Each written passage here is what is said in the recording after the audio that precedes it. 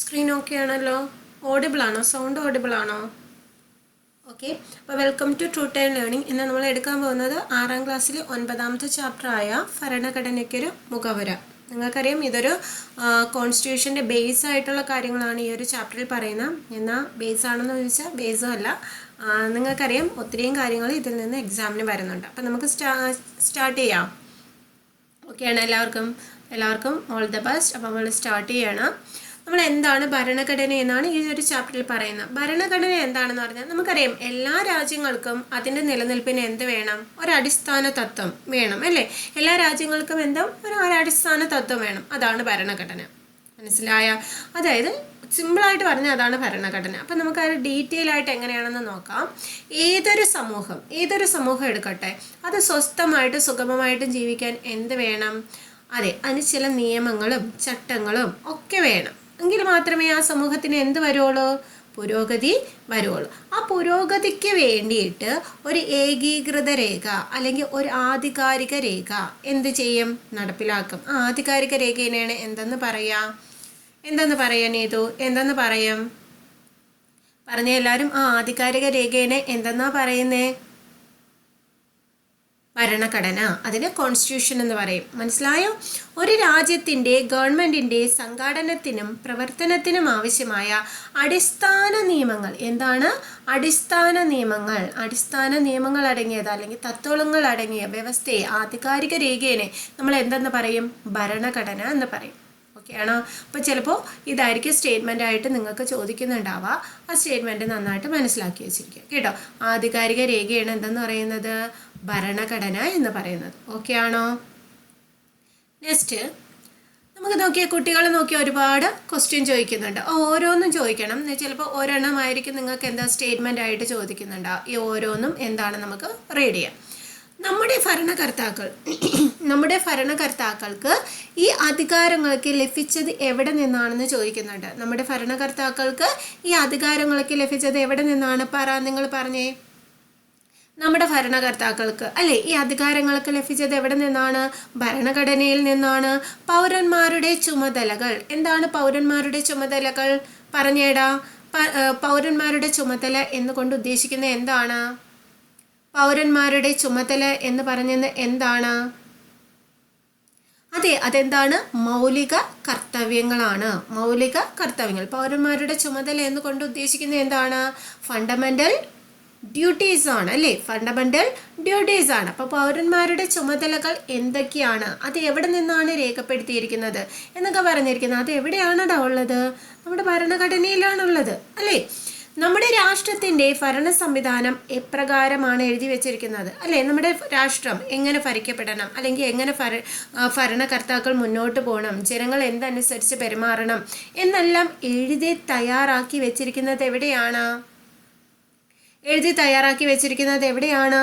അത് നമ്മുടെ ഭരണഘടനയിലാണ് അല്ലേ? നമ്മുടെ ജനങ്ങളുടെ അവകാശം, ജനങ്ങളാണ് പരമാധികാരികൾ. We the people of India എന്ന് പറഞ്ഞ് ആമുഖം തുടങ്ങുന്നുണ്ടല്ലേ? അതെല്ലാം എവിടെയാണ്? കോൺസ്റ്റിറ്റ്യൂഷനിലാണ്. അപ്പോൾ ഇതിനെല്ലാത്തിൻ്റെ ഒരു ആൻസറേ ഉള്ളൂ. എന്താണ്? അതാണ് ഭരണഘടന. ഓക്കെ ആണോ?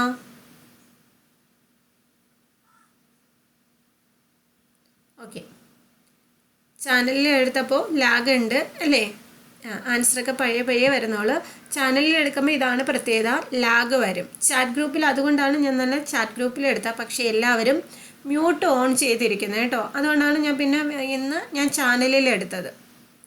ഓക്കെ, എല്ലാവരുടെയും മെസ്സേജ് കാരണം നിങ്ങൾ കയറുന്നതിനനുസരിച്ച് ലാഗാവും.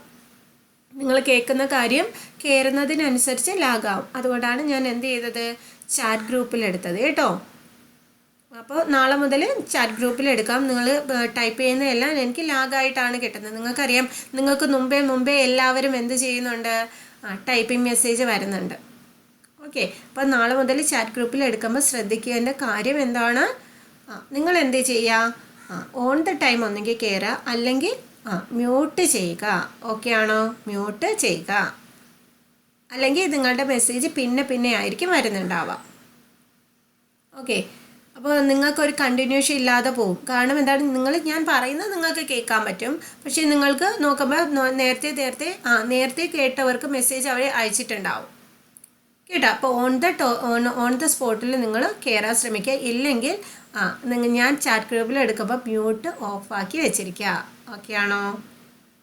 ഓക്കെ, അപ്പോൾ അടുത്ത ദിവസം ചാറ്റ് ഗ്രൂപ്പിലായിരിക്കും. പിന്നെ മെയിനായിട്ടുള്ളൊരു കാര്യം, നിങ്ങൾക്ക് നാളെ മുതൽ 2 നേരം ക്ലാസ് കണ്ടത്തില്ല. ഒരാഴ്ച ടൈമിൽ ഒന്ന് ലാഗ് ചെയ്യാണ്. കാരണം ഒത്തിരിയും പേരുടെ റിക്വസ്റ്റ് വന്നുകൊണ്ട് എന്ത് ചെയ്യുന്നുണ്ട്, ഒരാഴ്ച നിങ്ങൾക്ക് ഒരു ക്ലാസ്സേ ഉള്ളൂ കേട്ടോ. ഒരേ ഒരു ക്ലാസ്സേ ഉള്ളൂ. അടുത്ത നെക്സ്റ്റ് വീക്ക് മുതൽ 2 ക്ലാസ് വീതം തരാം.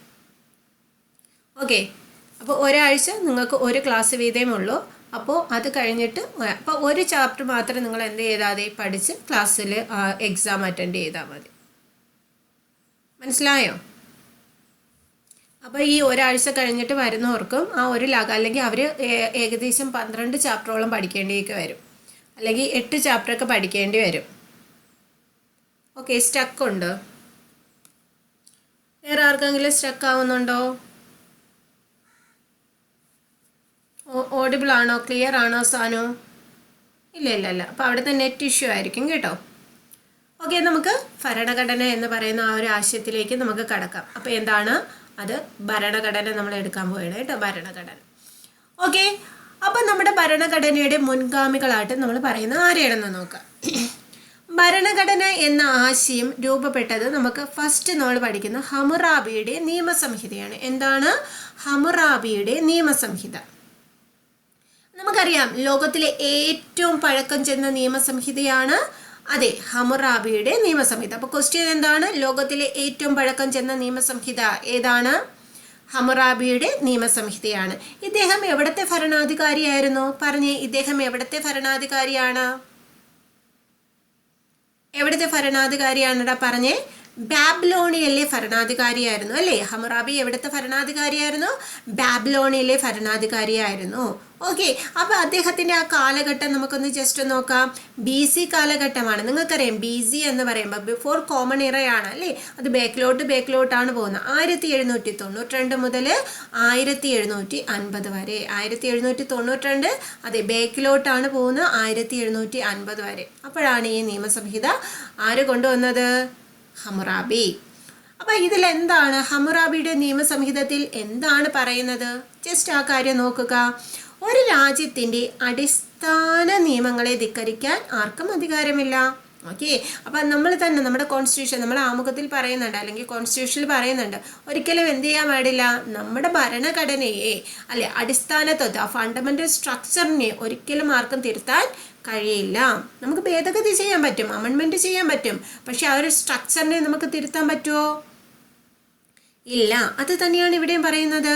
ഒരു രാജ്യത്തിൻ്റെ അടിസ്ഥാന നിയമങ്ങളെ ധിക്കരിക്കാൻ ആർക്കും അധികാരം ഇല്ല. അതാണ് ഹമ്മുറാബിയുടെ നിയമസംഹിതത്തിൽ പറയുന്നത്. അപ്പം ബേസിക് സ്ട്രക്ചർ അവിടെ എന്ത് ചെയ്യാൻ പാടില്ല, ആർക്കും തിരുത്താൻ പറ്റില്ല. അപ്പോൾ അടിസ്ഥാന നിയമങ്ങളെ ധിക്കരിക്കാൻ ആർക്കും അധികാരമില്ലെന്ന് ഏതിലാണ് പറയുന്നത്? പറ. ഒരു രാജ്യത്തിൻ്റെ അടിസ്ഥാന നിയമങ്ങളെ ധിക്കരിക്കാൻ ആർക്കും അധികാരമില്ല. ഏതിലാണ് പറയുന്നത്? ഹമ്മുറാബി. ഓക്കെ ആണ്. അടുത്തത് നമുക്കറിയാം നമ്മുടെ ഭരണഘടന അല്ലേ, മാഗ്ന കാർട്ട എന്നറിയപ്പെടുന്നത്. Magna Carta. ഓക്കെ, അപ്പോൾ ആ മാഗ്ന കാർട്ട എന്ന് പറയുമ്പോൾ നിങ്ങളുടെ മനസ്സിൽ ഓടിയെത്തുന്ന രാജ്യം ഏതാണ്? നിങ്ങളുടെ മനസ്സിൽ ഏത് രാജ്യമാണ് അവിടെ ഓടിയെത്തുന്ന? പറ, ഏത് രാജ്യമാണ് ഓടിയെത്തുന്നത്? ഓക്കെ, മാഗ്ന കാർട്ട എന്ന് പറയുമ്പോൾ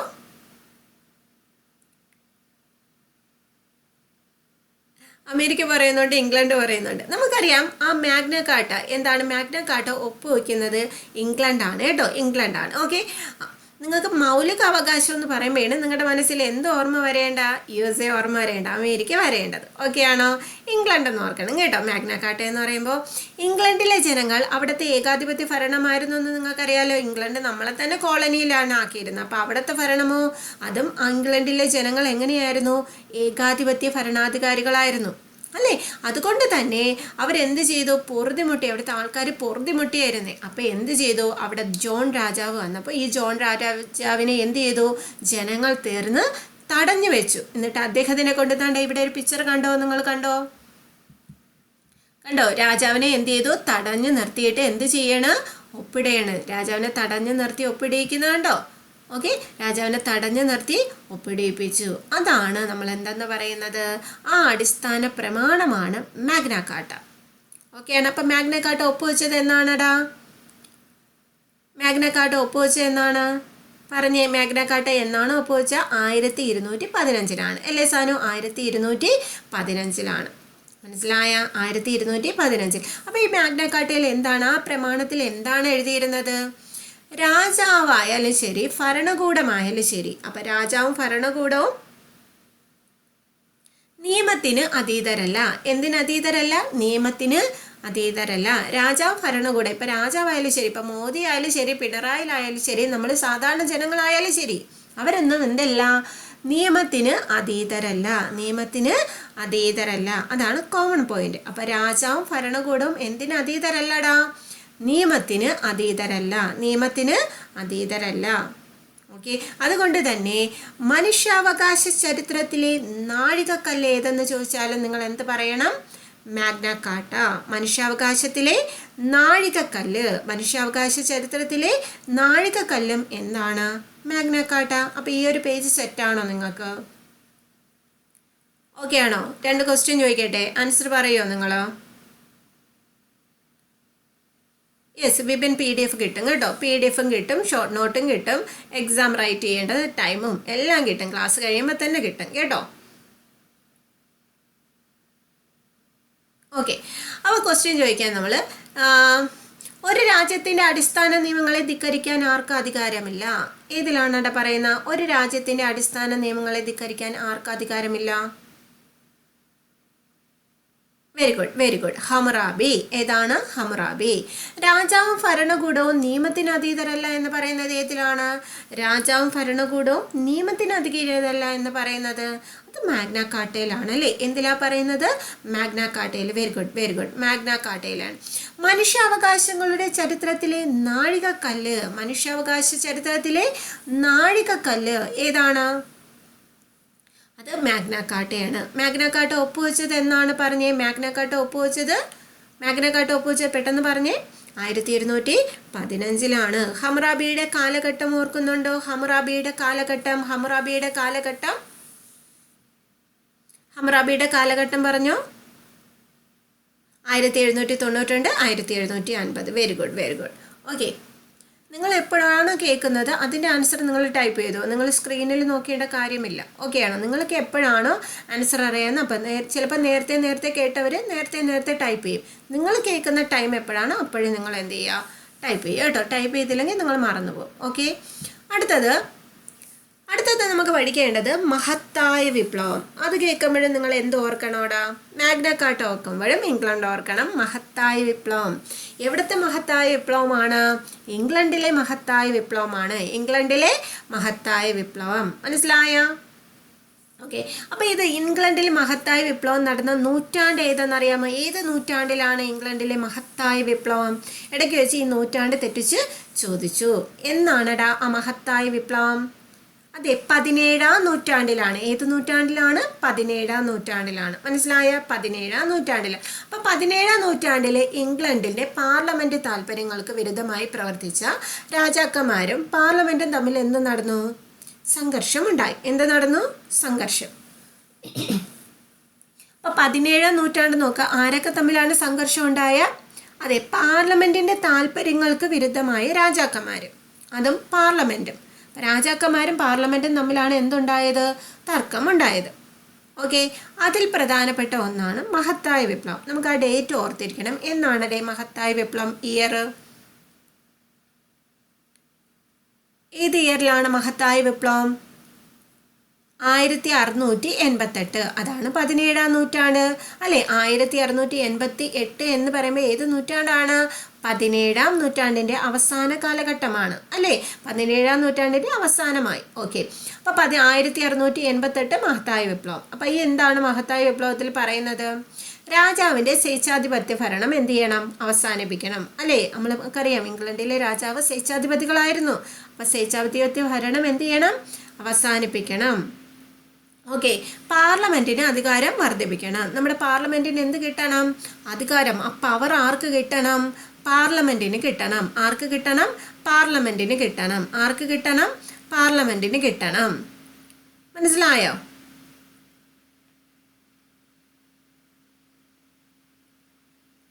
ഓക്കെ, പാർലമെന്റിന് കിട്ടണം. രാജാധികാരം പാർലമെന്റിന്റെ നിയന്ത്രണങ്ങൾക്ക് വിധേയരാകണം. അതായത് രാജാധികാരം എന്ന് പറയുന്ന പാർലമെന്റിന്റെ നിയന്ത്രണത്തിലായിരിക്കണം എന്ന് കൂടി എന്ത് ചെയ്തു പറഞ്ഞു. അപ്പൊ ഈ വിപ്ലവത്തിലൂടെ എന്തൊക്കെ കിട്ടും? രാജാവിന്റെ സ്വേച്ഛാധിപത്യം അങ്ങ് അവസാനിപ്പിച്ചു, പാർലമെന്റിന് അധികാരം കിട്ടി. ഈ വിപ്ലവത്തിലൂടെ എന്ത് ചെയ്തു? പാർലമെന്റിന് എന്ത് കിട്ടി? അധികാരം വർദ്ധിപ്പിച്ചു. അതുപോലെ തന്നെ രാജാധികാരം പാർലമെന്റിന്റെ നിയന്ത്രണങ്ങൾക്ക് വിധേയമാവുകയും ചെയ്തു. അങ്ങനെയാണ് ഇംഗ്ലണ്ടിൽ പാർലമെന്റിന് അധികാരം നൽകുന്ന ഒരു ഭരണഘടനാ രൂപീകരണത്തിന് വഴിയൊരുക്കിയത്. അങ്ങനെ ഇംഗ്ലണ്ടിൽ എന്ത് ചെയ്തു? ഒരു ഭരണഘടന രൂപീകരണം ഉണ്ടായി. മനസ്സിലായോ? ഏത് വിപ്ലവത്തിലൂടെ എന്ന് ചോദിച്ചാൽ മഹത്തായ വിപ്ലവത്തിലൂടെ. അപ്പൊ ഇംഗ്ലണ്ടിൽ ഒരു ഭരണഘടനാ രൂപീകരണത്തിന് വഴിതിരിച്ച വിപ്ലവം ഏതാണ്? മഹത്തായ വിപ്ലവം. Very good. അപ്പൊ അടുത്തതിലോട്ട് പോവേണേ.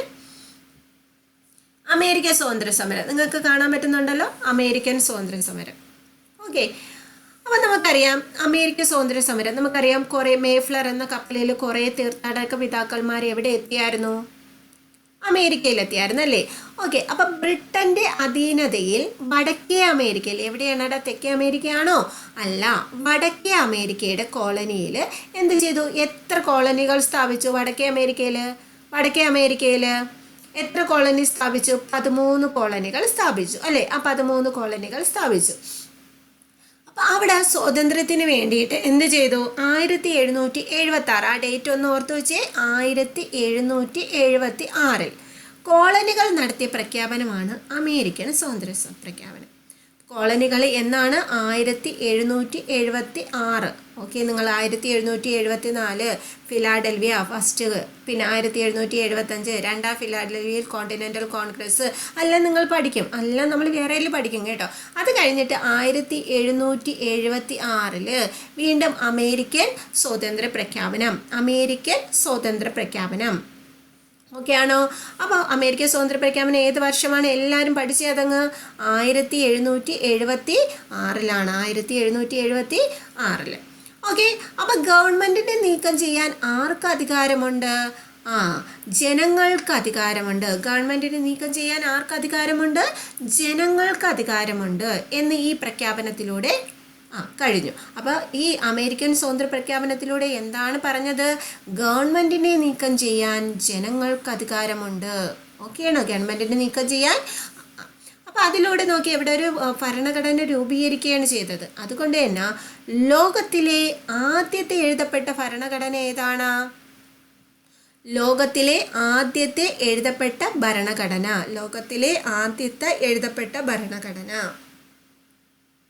അത് അമേരിക്കൻ ഭരണഘടനയാണ്. ഏറ്റവും ചെറിയ ഭരണഘടന ഏതാണ്? അത് അമേരിക്കൻ ഭരണഘടനയാണ്, ആദ്യത്തേത് എഴുതപ്പെട്ടത്. ഓക്കെ ആണോ? അപ്പോൾ അമേരിക്കൻ സ്വാതന്ത്ര്യ പ്രഖ്യാപനം ആ 13 കോളനി ഓർത്തിരിക്കുക. 1776 ഓർക്കുക. ഗവൺമെന്റിന് നീക്കം ചെയ്യാൻ ആർക്കാണ് അധികാരം? ജനങ്ങൾക്ക്. ലോകത്തിലെ ആദ്യത്തെ എഴുതപ്പെട്ട ഭരണഘടന നിങ്ങൾക്കറിയാം, പഠിച്ച് സെറ്റായി ഇരിക്കുകയാണ്. ഓക്കെ, അടുത്ത ക്വസ്റ്റ്യൻ നോക്കാം. ഫ്രഞ്ച് വിപ്ലവം എന്താണ്? ഫ്രഞ്ച് വിപ്ലവം എന്നാണ്? ഫ്രഞ്ച് വിപ്ലവം നിങ്ങൾക്ക് എല്ലാവർക്കും അറിയാലോ, ഡേറ്റ് പറഞ്ഞേടാ. ഫ്രഞ്ച് വിപ്ലവം എന്നാണ്? ഫ്രഞ്ച് വിപ്ലവം 1789 അല്ലേ? എല്ലാവർക്കും അറിയത്തില്ലേ? 1789. ഓക്കെ, കറക്റ്റാണ് അനു. അപ്പം നോക്കിക്കേ, നമ്മൾ ആമുഖത്തിൽ സ്വാതന്ത്ര്യം, സമത്വം, സാഹോദര്യം എന്നെന്ത് ചെയ്തിട്ടുണ്ട്? നമ്മൾ ചേർത്തിട്ടുണ്ട്. ആ മുദ്രാവാക്യം നമ്മൾ എടുത്തത് ഏതിൽ നിന്നാണ്? ഫ്രഞ്ച് വിപ്ലവത്തിൽ നിന്നാണ് അല്ലേ? സ്വാതന്ത്ര്യ, സമത്വ, സാഹോദര്യം എന്ന മുദ്രാവാക്യം ഏതാണ്? ഫ്രഞ്ച് വിപ്ലവമായി നടന്നതാണെന്ന് നമുക്കറിയാം. എന്തുമായിട്ട്? ഫ്രഞ്ച് വിപ്ലവമായിട്ട്. ഓക്കെ ആണോ?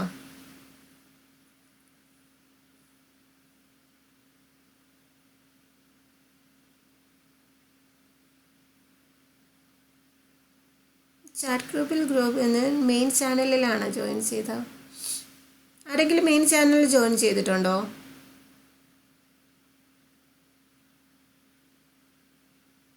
ചാറ്റ് ബോക്സിൻ്റെ ലിങ്ക്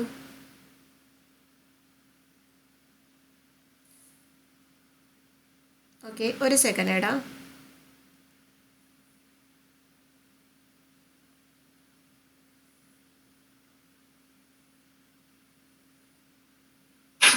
ആ കൊച്ചി ഇതിൽ എന്ത് ചെയ്യണമെന്ന് ചോദിച്ചുകൊണ്ടിരിക്കുന്നു.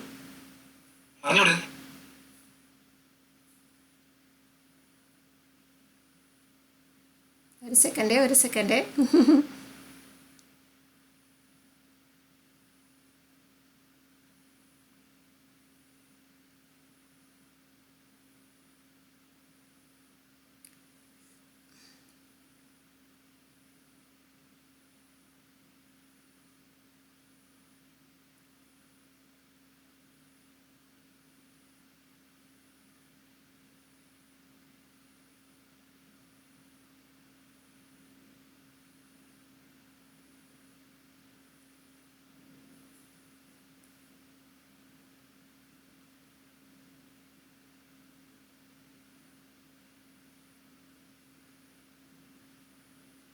ഓക്കെ, ഇന്നലെ തന്നെ ലിങ്ക് എല്ലാം പ്രൊവൈഡ് ചെയ്തതാണ്. ക്ലാസ് ടൈമിൽ ഇങ്ങനെ വരുമ്പോഴത്തേക്ക് വരും.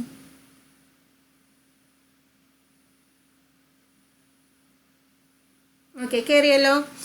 Okay, very good. അപ്പോൾ സ്വാതന്ത്ര്യ സമത്വ സാഹോദര്യം നിങ്ങൾക്കറിയാം ഏത് മുദ്രാവാക്യമാണ്? ഏത് മുദ്രാവാക്യമാണെന്ന് നിങ്ങൾക്കറിയാം? ഫ്രഞ്ച് വിപ്ലവത്തിൽ നിന്നെടുത്തതാണെന്ന് നിങ്ങൾക്കറിയാം. ഓക്കെ ആണോ? ഇനി രാജാധികാരത്തിനെതിരെ ജനങ്ങളുടെ പരമാധികാരം എന്ന ആശയം അംഗീകരിക്കപ്പെട്ടത് ഏത് വിപ്ലവത്തിലൂടെയാണ്? രാജാധികാരത്തിൻ്റെ നമുക്കറിയാം രാജാധികാരത്തിനെതിരെ ജനങ്ങളുടെ പരമാധികാരം എന്ന ആശയം, അതൊക്കെ എടുത്ത് ചോദിക്കും കേട്ടോ. രാജാധികാരത്തിനെതിരെ എന്താണ്? രാജാധികാരത്തിനെതിരെ ജനങ്ങളുടെ പരമാധികാരം എന്ന ആശയം അംഗീകരിക്കപ്പെട്ടത് ഏത് വിപ്ലവം? ഫ്രഞ്ച് വിപ്ലവം. എന്താണ്? ഫ്രഞ്ച് വിപ്ലവം.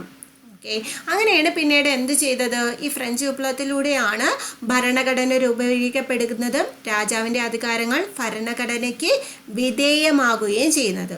ഓക്കെ ആണോ? രാജാവിൻ്റെ അധികാരം എന്ത് ചെയ്തു? ഭരണഘടനയ്ക്ക് വിധേയമായി. ഓക്കെ ആണ്? ഫ്രഞ്ച് വിപ്ലവം ഓക്കെ ആണോ? ഇതെല്ലാം നിങ്ങൾക്ക് ഓക്കെ ആണെങ്കിൽ ഇതാ ഇവിടെ കുറച്ച് വർക്ക്ഷീറ്റ് ഉണ്ട്, നമുക്കതൊന്ന് ചെയ്ത് നോക്കാം. ഓക്കെ ആണോ? ചെയ്ത് നോക്കാം. ഓക്കെ, ഞാൻ ഓരോ ക്വസ്റ്റ്യൻ ചോദിക്കാം, നിങ്ങൾ ആൻസർ പറയണം കേട്ടോ. രാജാവിൻ്റെ അധികാരങ്ങൾ ഭരണഘടനയ്ക്ക് വിധേയമായി. ഏത് വിപ്ലവമാണ്? അതെ, ഫ്രഞ്ച് വിപ്ലവമാണ്. ഏതാണ്? French വിപ്ലവമാണ്.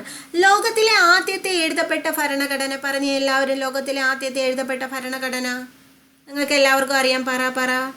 Okay, very good. American ഭരണഘടന.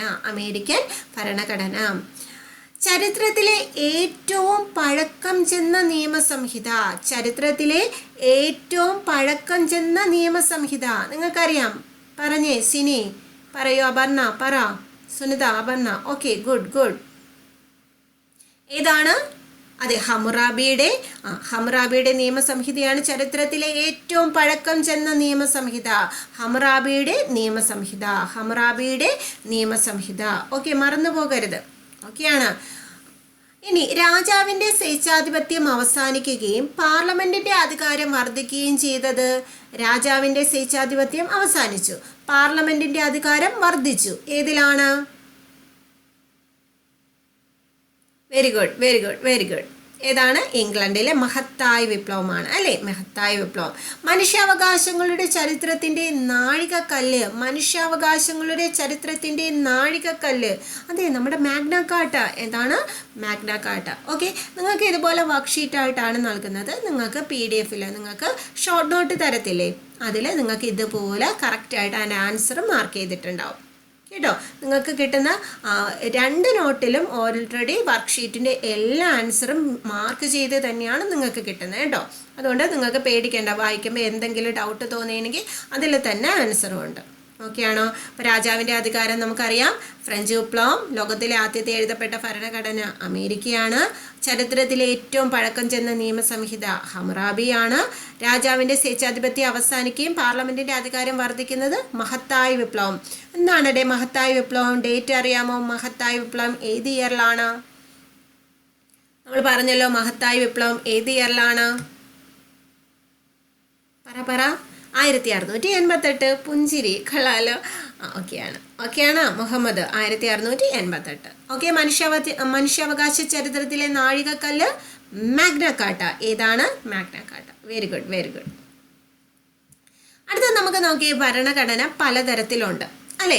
ഭരണഘടനകളെ അവയുടെ സ്വഭാവം അതുപോലെ തന്നെ മാറ്റം വരുത്തിയിട്ടുള്ള പ്രക്രിയ, രൂപം കൊണ്ട രീതി, ഇതിനെ അനുസരിച്ച് നമുക്ക് തരംതിരിക്കാം. ഒന്ന് നോക്കാം. ഭരണഘടനയെ എത്രയായിട്ട് തരംതിരിക്കാം? ഭരണഘടനകൾ എത്ര വിധത്തിലുണ്ട്? 3 തരത്തിലുണ്ട്. ഏതാണ് പറഞ്ഞേ? 3 തരത്തിൽ. ഭരണഘടന അവയുടെ സ്വഭാവത്തിൻ്റെ ബേസിൽ, മാറ്റം വരുത്തിയതിൻ്റെ ബേസിൽ, രൂപം കൊണ്ടതിൻ്റെ രീതിയിൽ. മനസ്സിലായ? അപ്പം നോക്കിയേ, സ്വഭാവം. നമുക്കറിയാം ഭരണഘടന എത്ര തരത്തിലുണ്ടെന്ന്.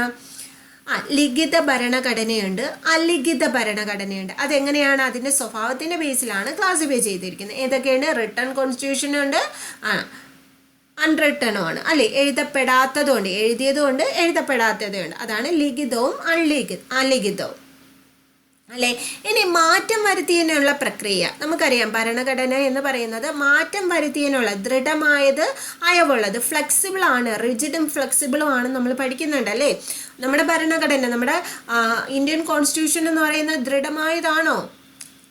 അല്ല, ഫ്ലെക്സിബിളുമാണ് അല്ലേ. ദൃഢവുമാണ്, എന്നാൽ എന്താണ്? ഫ്ലെക്സിബിളുമാണ്. അതായത് ദൃഢവുമാണ്, അയവുള്ളതുമാണ്. ഓക്കെ, റിജിഡ് ആൻഡ് ഫ്ലെക്സിബിൾ എന്നാണ് നമ്മൾ പറയുന്നത്. ഓക്കെ, ഇനി അടുത്തത് രൂപം കൊണ്ടത്, നടപ്പിലാക്കിയതും പരിണമിച്ചതും. അപ്പോൾ ഭരണഘടനയെ പലതരത്തിൽ പറയുന്നുണ്ട്. നമ്മൾ എന്തിൻ്റെ ബേസിൽ? സ്വഭാവത്തിൻ്റെ ബേസിൽ ക്ലാസിഫൈ ചെയ്യുന്നുണ്ട്. അതുപോലെ തന്നെ മാറ്റം വരുത്തിയതിൻ്റെ ബേസിൽ, അതുപോലെ തന്നെ രൂപം കൊണ്ടത്, എന്താണ്? രൂപം കൊണ്ടതിൻ്റെ ബേസിൽ. ഓക്കെയാണ്. ഇത്രയായിട്ട് എന്ത് ചെയ്യുന്നുണ്ട്? ക്ലാസിഫൈ ചെയ്യുന്നുണ്ട്. അപ്പോൾ അതിൽ സ്വഭാവം, ലിഖിതം, അലിഖിതം, മാറ്റം വരുത്തിയതിനുള്ള പ്രക്രിയ, ദൃഢമായത്, അയവുള്ളത്, രൂപം കൊണ്ടതാണെങ്കിൽ നടപ്പിലാക്കിയത്, പരിണമിച്ചത്.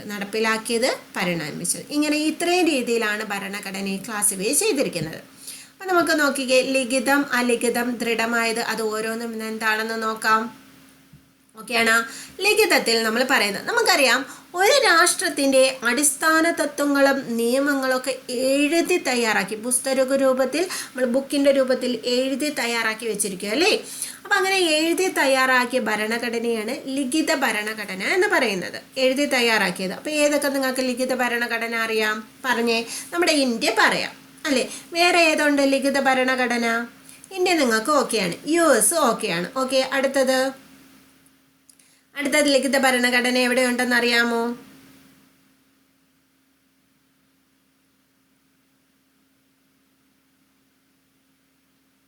ബ്രസീൽ. Okay, good. അപ്പോൾ നോക്കിക്കേ, മിനിമം ഇന്ത്യയും USA എങ്കിലും ഓർത്ത് വെച്ചിരിക്കുക. കാരണം ടെക്സ്റ്റ് ബുക്കിൽ ഈ 2 എണ്ണം എടുത്ത് പറയുന്നുണ്ട്. അപ്പോൾ അതെങ്കിലും നിങ്ങൾ പഠിച്ചു വെച്ചിരിക്കണം കേട്ടോ, ഇന്ത്യയും USA. ഇനി അലിഖിത ഭരണഘടന നമുക്ക് നോക്കിയാലോ. അലിഖിത ഭരണഘടന, ഓക്കെ, ഒരു രാഷ്ട്രത്തിൻ്റെ അടിസ്ഥാന തത്വങ്ങളൊക്കെ എന്ത് ചെയ്തിട്ടുണ്ട്? എഴുതപ്പെടാതെ, പുസ്തക രൂപത്തിലൊന്നും എഴുതപ്പെട്ടിട്ടില്ല. അതാണ് അലിഖിത ഭരണഘടന അല്ലേ. അതെവിടെയൊക്കെയാണ് ഉള്ളത്? ടെക്സ്റ്റ് ബുക്കിലുള്ളത് എന്തായാലും പഠിക്കണം കേട്ടോ. Very good. Okay. United Kingdom, New Zealand, അതുപോലെ തന്നെ ഓസ്ട്രേലിയയിലെ ലിഖിത ഭരണഘടനയില്ലേ. USA, ഇന്ത്യ, ഓസ്ട്രേലിയയൊക്കെ ലിഖിത ഭരണഘടനയാണ് കേട്ടോ. ഓക്കെ, അലിഖിത ഭരണഘടന യുണൈറ്റഡ് കിങ്ഡം, അതുപോലെ തന്നെ ന്യൂസിലാൻഡ്. ഏതാണ്? United kingdom. UK ഭരണഘടന എന്ന് പറയുന്നത് ഏതാണ്? അലിഖിതമാണ് കേട്ടോ. അതുപോലെ തന്നെ ന്യൂസിലാൻഡിൻ്റെയും എന്താണ്? അലിഖിതമാണ്. ഓക്കെ, അലിഖിതമാണ്. ഓക്കെ, ഇനി നമുക്ക് റിജിഡും ഫ്ലെക്സിബിളും നമുക്ക് നോക്കാം. എന്താണ് ലിഖിതം? ദൃഢമായതും അയവുള്ളതും. നമുക്കറിയാം ഇപ്പം മാറ്റം വരുത്തുന്നതിന് ഭരണഘടന കർശനമായ നടപടിയായിരിക്കും അല്ലേ. കർശനമായ നടപടി എടുക്കുന്നതാണ് ദൃഢമായത്. നമ്മൾ തന്നെ നോക്കിക്കേ, പാർലമെൻറ്റിൽ നമുക്കൊരു നിയമം നമുക്ക് ഭേദഗതി ചെയ്യുന്നെങ്കിൽ കർശനമായ നടപടിയിലൂടെയാണ് ആ നിയമം ഭേദഗതി ചെയ്യുന്നുണ്ടെങ്കിൽ അതെന്താണ്? ദൃഢമായതാണ്. എന്താണ്? ദൃഢമായത്, റിജിഡാണ് അല്ലേ. എന്നാൽ എളുപ്പത്തിൽ മാറ്റം വരുത്താം അല്ലേ. ഒരു നിയമം തന്നെ നമുക്ക് എന്ത് ചെയ്യാം? എളുപ്പത്തിൽ നിയമസഭയിൽ തന്നെ നമുക്കൊരു നിയമം പാസ്സാക്കുന്നത്, അതൊക്കെ എന്താണ്? പെട്ടെന്ന് പാസ്സാക്കാൻ പറ്റത്തില്ലേ, അല്ലെങ്കിൽ പെട്ടെന്ന് ഭേദഗതി ചെയ്യാൻ പറ്റുന്നത്, അതൊക്കെ എന്താണ്? അത് അയവുള്ളതാണ്, ഫ്ലെക്സിബിൾ ആണ്. അപ്പം 2 രീതിയിലുണ്ട് ഭേദഗതി. റിജിഡും ഉണ്ട്, ഫ്ലെക്സിബിളും ഉണ്ട്, ദൃഢമായതുമുണ്ട്, അയവുള്ളതുമുണ്ട്. അപ്പം മാറ്റം വരുത്തുന്നതിന് കർക്കശമായ നടപടിയാണെങ്കിൽ അതിന് പറയുന്ന പേരാണ് ദൃഢമായത്. ഉദാഹരണം പറയുകയാണെങ്കിൽ നമുക്ക് അമേരിക്ക ഐക്യനാടുകളും ഓസ്ട്രേലിയയും പറയാം. അതായത് USA, ഓസ്ട്രേലിയയും. ദൃഢമായ ഭരണഘടനയാണുള്ളത്. അയവുള്ളത് എന്ന് പറയുമ്പോൾ എളുപ്പത്തിൽ മാറ്റം വരുത്താമെന്നുള്ള ഭേദഗതി, അത് ആ ഭരണഘടന ഉള്ളത് എവിടെയാണ്? എളുപ്പത്തിൽ മാറ്റം വരുത്താം, UK ന്യൂസിലാൻഡുമാണ് കേട്ടോ. UK ഫ്ലെക്സിബിൾ ആയിട്ടുള്ള ആരുടെ ഭരണഘടനയാണ്? അപ്പം നമ്മളെ ഇന്ത്യ ഇതിലെന്താണ് വരാത്തത്? ഇന്ത്യ ഇതിലെന്താ വരാത്തത്? കാരണം ഇന്ത്യയുടെ ഭരണഘടന എന്ന് പറയുന്നത് അതെ ഇത് രണ്ടും കൂടെ ചേർന്നതാണ്. അതെ, റിജിഡും ഫ്ലെക്സിബിളുമാണ്. റിജിഡും ആണ് എന്നാൽ ഫ്ലെക്സിബിളുമാണ്. മനസ്സിലായ? എന്നാൽ അമേരിക്കൻ ഭരണഘടന എന്ന് പറയുമ്പോൾ ദൃഢമായതാണ്, അല്ലെങ്കിൽ ഓസ്ട്രേലിയയുടെ ഭരണഘടന എന്ന് പറയുന്നത് ദൃഢമായ ഭരണഘടനയാണ്. ഓക്കെയാണ്. അയവുള്ളത് എന്ന് പറയുമ്പോൾ യുണൈറ്റഡ് കിങ്ഡവും ന്യൂസിലാൻഡും ആണ്. ഫ്ലെക്സിബിൾ ആയിട്ടുള്ള ഭരണഘടന ഉള്ളത് UK ന്യൂസിലാൻഡും ആണ്. പഠിച്ചോ അത്? UK New Zealand. ഓക്കെ, ഇനി നടപ്പിലാക്കിയതും എന്നാൽ കാലക്രമേണ പരിണമിച്ചതും എവിടെയാണ്? നടപ്പിലാക്കും. ഇപ്പൊ ഭരണഘടന ഒരു നിയമത്തിലൂടെ നടപ്പിലാക്കി അല്ലേ, അല്ലെങ്കിൽ ഇത് കാലക്രമേണ പരിണമിച്ച് വന്നത് അല്ലേ, അതാണ് അടുത്തത് പറയുന്നത്. ഭരണഘടനാ നിയമസഭയുടെയോ കൗൺസിലിൻ്റെയോ രൂപീകരണത്തിന് ശേഷം എഴുതി തയ്യാറാക്കി കൊണ്ടുവന്നതാണ് ഭരണം. അപ്പം നമ്മൾ നോക്കിക്കേ, 1946 അല്ലെ ഭരണഘടനാ നിർമ്മാണ സഭ ഉണ്ടായി. അതിനുശേഷം എന്ത് ചെയ്തു? എഴുതി തയ്യാറാക്കി കൊണ്ടുവന്നതാണ് നമ്മുടെ ഭരണഘടന എന്ന് പറയുന്നത്. അപ്പം അത് നടപ്പിലാക്കിയതല്ലേ? അതെ. അപ്പം USA ആയാലും ഇന്ത്യയുടെ ആയാലും നടപ്പിലാക്കിയ ഭരണഘടനയാണ്.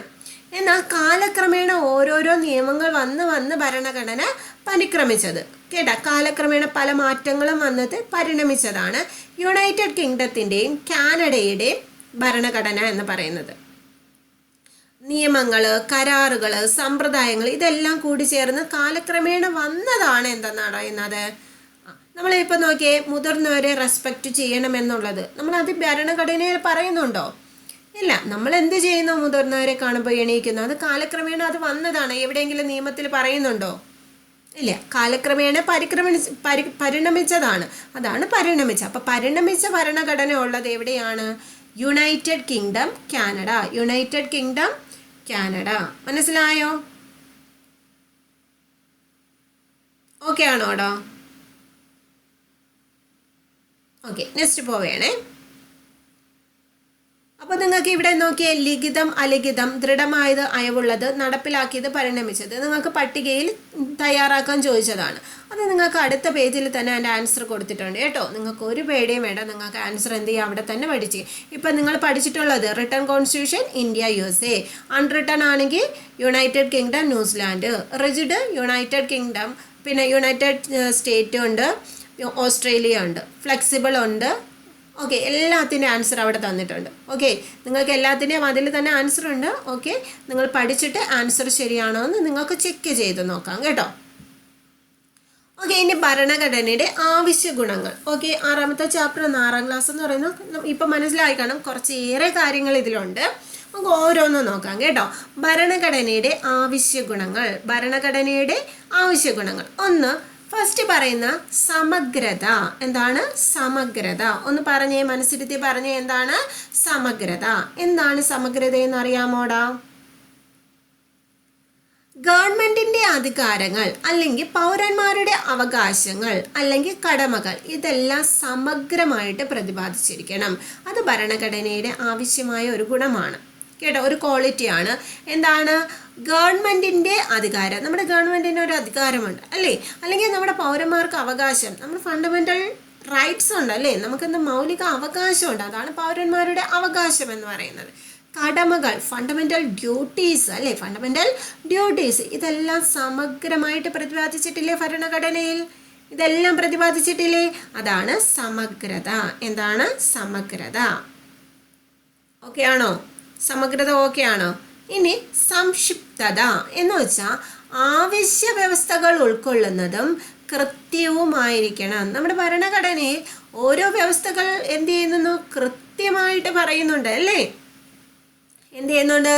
ആവശ്യമായ വ്യവസ്ഥകൾ ഉൾക്കൊള്ളിച്ചുകൊണ്ട് കൃത്യമായിട്ട് പറയുന്നുണ്ട്. അതാണ് സംക്ഷിപ്തതയിൽ പറയുന്നത്. എന്താണ് സംക്ഷിപ്തതയിൽ പറയുന്നത്? ആവശ്യമായ വ്യവസ്ഥകൾ ഉൾക്കൊള്ളുന്നതും കൃത്യവുമായിരിക്കണം. ഓക്കെ,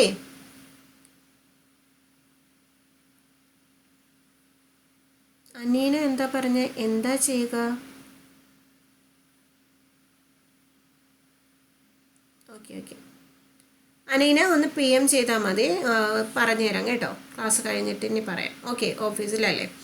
ഓക്കെ, അപ്പോൾ എന്താണ് ആവശ്യ വ്യവസ്ഥകൾ ഉൾക്കൊള്ളുന്നത്? കൃത്യവുമായിരിക്കണം. ഭരണഘടനയിലെ വ്യവസ്ഥകൾ വ്യക്തമായി പ്രതിപാദിച്ചിരിക്കണം. അതാണ് വ്യക്തത എന്ന് പറയുന്നത്. ഭരണഘടനയിലെ വ്യവസ്ഥകൾ എന്ത് ചെയ്യണം? വ്യക്തമായിട്ട്. വ്യക്തത എന്ന വാക്കിൽ നിന്ന് തന്നെ നിങ്ങൾക്ക് കിട്ടും, വ്യക്തമായിട്ട് പ്രതിപാദിച്ചിരിക്കണം. ചലനാത്മകത എന്ന് പറഞ്ഞാൽ നമുക്കറിയാം, പലതും നമ്മളിപ്പോൾ നോക്കി ഒരുപാട് ഭേദഗതികൾ ഇപ്പോൾ വന്നില്ലേ. ഇപ്പോൾ ലാസ്റ്റ് ഭേദഗതി എത്രാമത്തെ ഭേദഗതിയാണ്? ലാസ്റ്റ് ഇപ്പോൾ ഭേദഗതി വന്നില്ലേ, നാരീശക്തി അധിനിയം. ഓക്കെ, അധിനിയം. അത് എത്രാമത്തെ ഭേദഗതിയാണ്? 106. ഏതാണ്? 106. അപ്പം മാറുന്ന സാഹചര്യങ്ങൾക്കനുസരിച്ച് നമ്മൾ എന്ത് ചെയ്യുന്നുണ്ട്? അത് നമ്മൾ ഓരോന്നും ഭേദഗതി ചെയ്യുന്നുണ്ട്. ഇപ്പം 106ാമത്തേനാണ്. അപ്പം ചലനാത്മകത വേണം. നമ്മുടെ ഭരണഘടനയ്ക്ക് എന്തുണ്ട്? ചലനാത്മകത. മാറുന്ന സാഹചര്യങ്ങൾക്കനുസരിച്ച് കൃത്യമായി മാറ്റം ചെയ്യാൻ കഴിയണം. അതാണ് ചലനാത്മകതയിൽ പറയുന്നത്. ഓക്കെ ആണോ? ഇനി അടുത്ത അനുയോജ്യത. ജനങ്ങളുടെ ആവശ്യങ്ങളും അഭിലാഷങ്ങളും നിറവേറ്റുന്നതായിരിക്കണം. അല്ലെ, ഒരു ഭരണഘടനയുണ്ട്, അതിലൊന്നും ജനങ്ങളുടെ ഒരു കാര്യം പറയുന്നില്ല എങ്കിൽ അത് അനുയോജ്യമായ ഒരു ഭരണഘടന ആവോടെ? ഒരിക്കലും ഇല്ല അല്ലേ. അനുയോജ്യമായ ഒരു ഭരണഘടന ആവോ? 128ാമത്തെ ബില്ലാണ്. Very good. ഓക്കെ, അപ്പം ജനങ്ങൾക്ക് ആവശ്യമായ അഭിലാഷങ്ങളും നിറവേറ്റുന്നത് ഒന്നായിരിക്കണം ഭരണഘടന. അപ്പം ഇതെല്ലാം ഭരണഘടനയിലെ ആവശ്യമായ ഗുണങ്ങളാണ്. ഓക്കെ, ഏതൊക്കെ? സംക്ഷിപ്തത, വ്യക്തത, ചലനാത്മകത, അനുയോജ്യത, സമഗ്രത. ഓക്കെ ആണോ? നിങ്ങൾക്ക് പഠിക്കാൻ വേണ്ടി പ്രത്യേകിച്ച് ഒരു പേജിൽ തന്നെ നിങ്ങൾക്ക് എടുത്തു കൊടുത്തിട്ടുണ്ട്. അത് എന്ത് ചെയ്യണം? ക്ലാസ് കഴിഞ്ഞിട്ട് ഒന്നും കൂടെ റീഡ് ചെയ്ത് നോക്കണം. രാത്രി വരെ സമയമുണ്ട് കേട്ടോ. 9 മണിക്കേ നിങ്ങൾക്ക് എക്സാം ഉള്ളൂ. അപ്പം അതുവരെ ഇരുന്ന് എന്ത് ചെയ്യാം? കൃത്യമായിട്ട് റീഡ് ചെയ്യാം. ഓക്കെ ആണല്ലോ? ഈ ഒരു കൺസിസ്റ്റൻസി അവസാനം ഈ ഒരു കോഴ്സ് എൻഡ് ചെയ്യുന്നവരെ നിങ്ങളുടെ മനസ്സിൽ വേണം. ഇല്ലെങ്കിൽ നിങ്ങൾ ഈ പൈസ എടുത്തുകൊണ്ട് വല്ല കാര്യമുണ്ടോ? ഇല്ല. അതുകൊണ്ട് കറക്റ്റായിട്ട് കൺസിസ്റ്റൻസ് ആയിട്ട് നിങ്ങൾ വർക്ക് ചെയ്യുക. ഓക്കെ, എന്ത് ഡൗട്ട് വേണമെങ്കിലും നിങ്ങൾക്ക് കൃത്യമായിട്ട് മെൻഷൻ ചെയ്ത് ഇവിടെ ചോദിക്കാം. ഓക്കെ, ചാറ്റ് ഗ്രൂപ്പിൽ തന്നെ ചോദിക്കാം. ഒരു പക്ഷേ നിങ്ങളുടെ ഫാക്കൽറ്റി കണ്ടില്ല എന്നുണ്ടെങ്കിൽ ഇവിടെ അറിയാവുന്ന ആൾക്കാർ തന്നെ അതിന് ആൻസർ പറയും. ഓക്കെ ആണോ? ഫാക്കൽറ്റീനെ മെൻഷൻ ചെയ്താൽ ഫാക്കൽറ്റി തന്നെ അതിന് ആൻസർ ചെയ്യും കേട്ടോ. ഓക്കെ, ഇനി അടുത്ത ഭരണഘടനാ വ്യവസ്ഥ. ഓക്കെ, നമുക്ക് ടീച്ചറിനോട് ചോദിക്കാം. ടീച്ചർ പറയണേ, മനു ഇന്ന് റോഡ് നിയമം തെറ്റിച്ച് സൈക്കിൾ ഓടിക്കുന്നത് കണ്ടല്ലോ, ഇനി അത് ആവർത്തിക്കല്ലേ. അപ്പം മനു പറയണം, ഇല്ല ഞാൻ ഇനി സൈക്കിളൊക്കെ ഓടിക്കുന്നതിന് നിയമങ്ങളുണ്ടോ? ഉണ്ടല്ലേ. നമുക്ക് ഒരുപാട് നിയമങ്ങളുണ്ട്, ഗതാഗത നിയമങ്ങൾ അല്ലേ. അതനുസരിച്ച് വേണം നമ്മൾ റോഡിൽ കൂടെ നടക്കുമ്പോൾ എവിടെ കൂടിയാണ് നമ്മൾക്ക് നടക്കേണ്ടത്? ലെഫ്റ്റ് ആണോ റൈറ്റ് ആണോ? നമ്മൾ റോഡിൽ കൂടി നടക്കുമ്പോൾ ഏത് സൈഡിൽ കൂടിയാണ് നമ്മൾ നടക്കേണ്ടതെന്നും നിയമമുണ്ട് അല്ലേ. ഏത് സൈഡ്? അങ്ങനെയൊക്കെ ഉണ്ടോ? ഞാൻ എല്ലാ സൈഡിൽ കൂടെ നടക്കും അല്ലേ. വാഹനം ഓട്ടിക്കുമ്പോൾ നമ്മൾ ഏത് സൈഡിൽ കൂടെ ഓട്ടിക്കാവോ? ലെഫ്റ്റ് സൈഡിൽ കൂടി ഓട്ടിക്കാവോ എന്നൊക്കെ നിയമങ്ങളില്ലേ. റൈറ്റോ? ലെഫ്റ്റ്.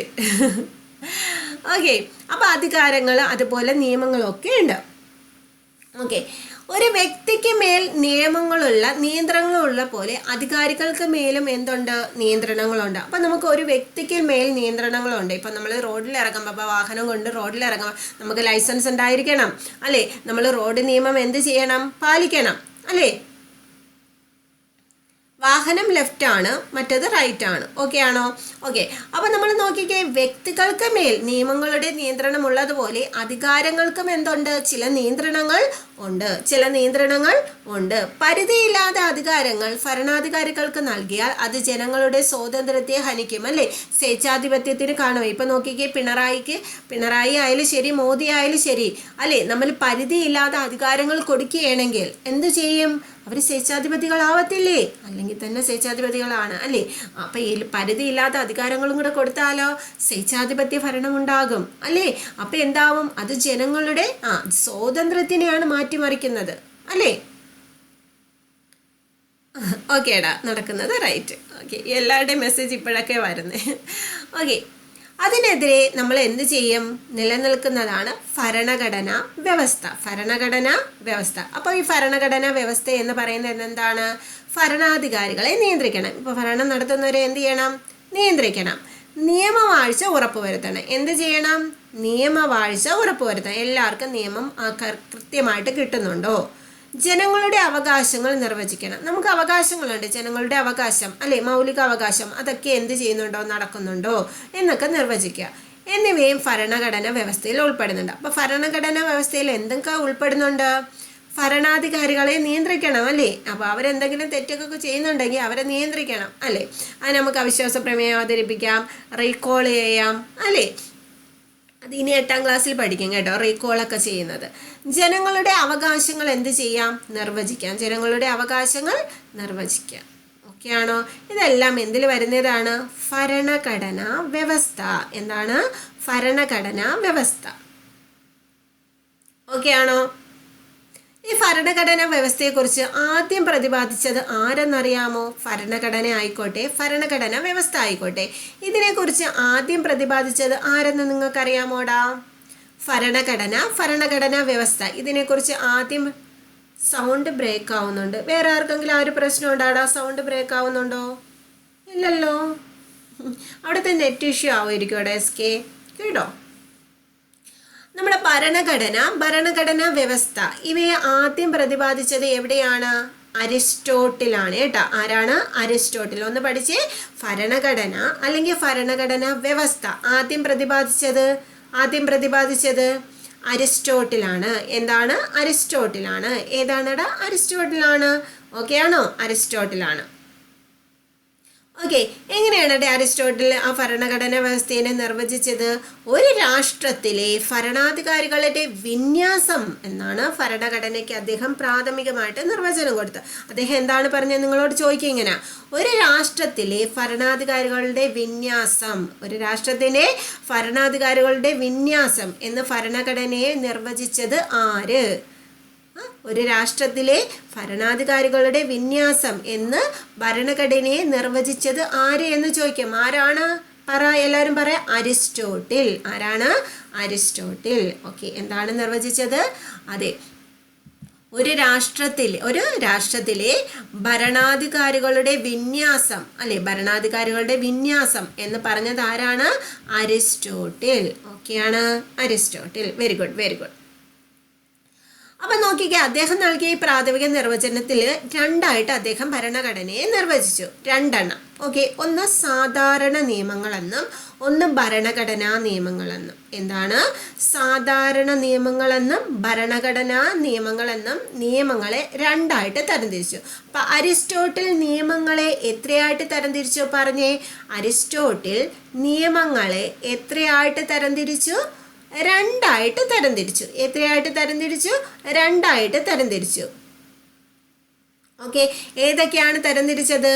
അതെ, സാധാരണ നിയമങ്ങളെന്നും ഭരണഘടനാ നിയമങ്ങളെന്നും. നമുക്ക് നോക്കി, ഇപ്പം തന്നെ ഓർഗനൈസേഷൻ, നമ്മുടെ ഇൻസ്റ്റിറ്റ്യൂഷൻ എടുത്തു കഴിഞ്ഞാൽ അഡ്വൈസറി ബോഡിയുണ്ട്, കോൺസ്റ്റിറ്റ്യൂഷണൽ ബോഡിയുണ്ട് അല്ലേ.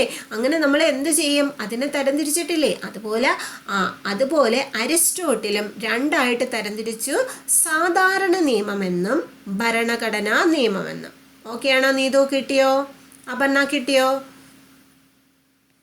സാധാരണ നിയമമെന്നും ഭരണഘടനാ നിയമമെന്നും. Okay, very good.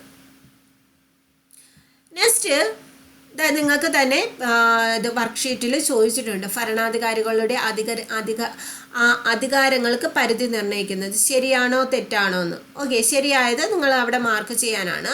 അറിയത്തില്ലെങ്കിൽ നിങ്ങൾക്ക് അതിൻ്റെ മാർക്കിംഗ് ചെയ്ത PDF നിങ്ങൾക്ക് കിട്ടുന്നുണ്ടാവും കേട്ടോ. മാർക്ക് ചെയ്ത PDF നിങ്ങൾക്ക് അടുത്തതിൽ തന്നെ, ഇപ്പോൾ ഈ PDF-ലില്ല, നിങ്ങളെ ഗൈഡിൽ അതിലെന്ത് ചെയ്തിട്ടുണ്ട്? നിങ്ങൾക്ക് അതിൻ്റെ നിയമങ്ങൾ കൊടുത്തിട്ടുണ്ട് കേട്ടോ. ഡൗട്ട് ഉണ്ടെങ്കിൽ എന്നോട് ചോദിച്ചാൽ മതി, ഞാൻ തന്നെ നിങ്ങൾക്ക് ആൻസർ ചെയ്ത് തരാം. ഓക്കെ, ഇനി അടുത്തത് ഇന്ത്യൻ ഭരണഘടന. നമ്മൾ പറയാൻ പോകുന്നത് കേട്ടോ.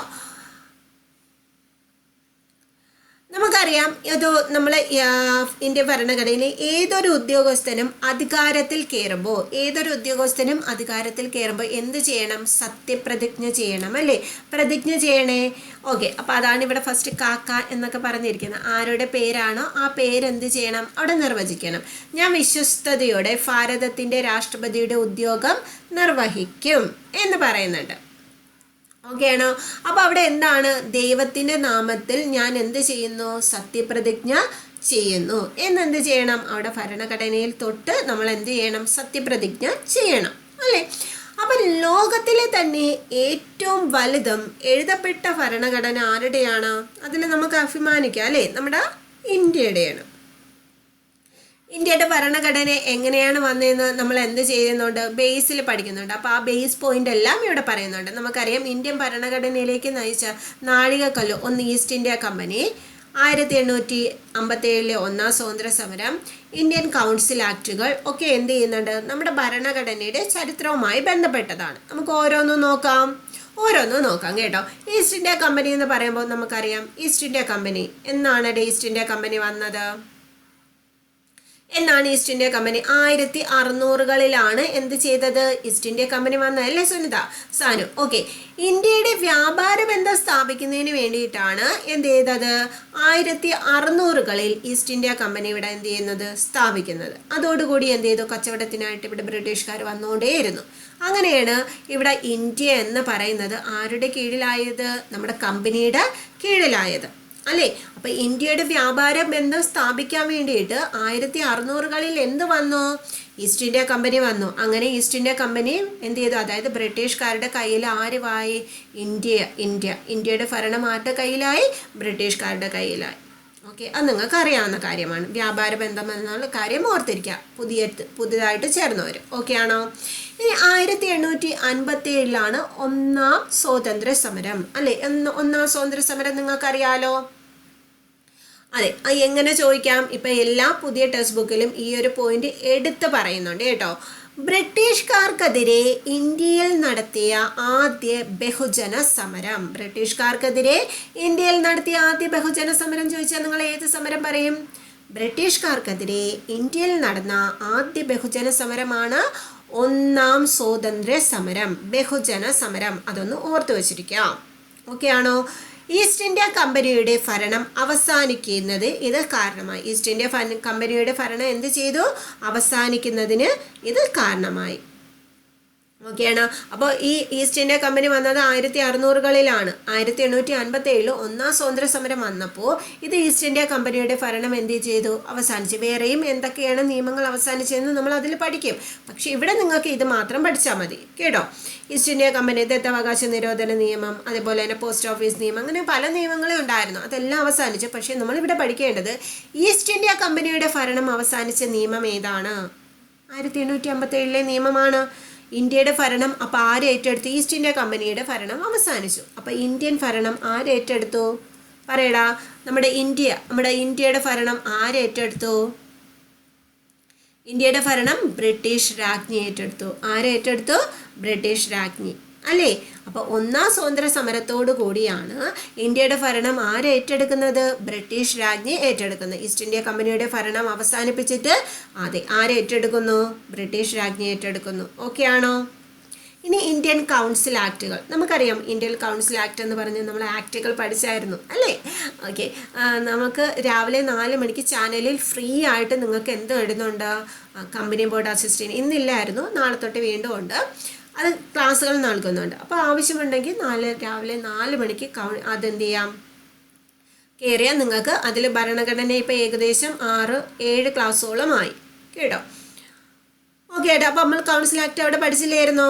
ഓക്കെ. അപ്പോൾ ഇന്ത്യൻ കൗൺസിൽ ആക്ടുകൾ ബ്രിട്ടീഷ് ഇന്ത്യയുടെ ഭരണകാര്യങ്ങളിൽ ഇന്ത്യക്കാരുടെ പങ്കാളിത്തം ഉറപ്പാക്കാൻ സഹായിച്ച നിയമങ്ങളാണ് ഇന്ത്യൻ കൗൺസിൽ ആക്ട് അല്ലേ. ഇന്ത്യൻ കൗൺസിൽ ആക്ട് എന്താണ്? ബ്രിട്ടീഷ് ഇന്ത്യയുടെ ഭരണകാര്യത്തിൽ ആരും കൂടാ, നമ്മുടെ ഇന്ത്യക്കാരുടെ പങ്കാളിത്തം ഉറപ്പാക്കാൻ കൊണ്ടുവന്ന നിയമങ്ങളാണ് Indian council act. Okay. Indian council act എന്താണ്? ബ്രിട്ടീഷ് ഇന്ത്യയുടെ ഭരണകാര്യത്തിൽ ആരെ കൂടെ ഉൾപ്പെടുത്തണം? നമ്മുടെ ഇന്ത്യക്കാരെ കൂടി ഉൾപ്പെടുത്തണം. ഓക്കെ ആണോ? അടുത്ത പറയുന്നത് സ്വാതന്ത്ര്യ സമര പ്രസ്ഥാനങ്ങളാണ്. നമുക്കറിയാം നമ്മുടെ സ്വാതന്ത്ര്യത്തിന് വേണ്ടിയിട്ട് നമ്മുടെ നേതാക്കൾ എന്ത് ചെയ്തു, ഒരുപാട് പോരാട്ടങ്ങൾ നടത്തിയിട്ടുണ്ട് അല്ലേ.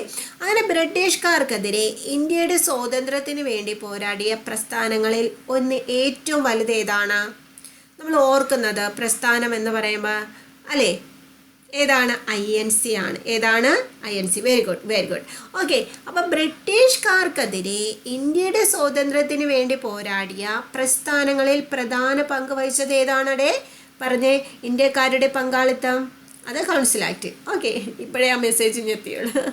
ഓക്കെ, അപ്പം ബ്രിട്ടീഷുകാർക്കെതിരെ ഇന്ത്യയുടെ സ്വാതന്ത്ര്യത്തിന് വേണ്ടി പോരാടിയ പ്രസ്ഥാനങ്ങളിൽ പ്രധാന പങ്കാണ് INC. INC എന്നാണെന്നൊക്കെ നിങ്ങൾക്കറിയാലോ. INC എന്നാണ് 1885 അല്ലേ. ഇപ്പം അടുത്ത കാലത്ത് നോക്കി വർഷത്തിൽ ഒരു വർഷം തന്നിട്ട് അതിൽ ജനിച്ച നവോത്ഥാന നായകന്മാരെ ചോദിച്ചിട്ടുണ്ട് അല്ലേ.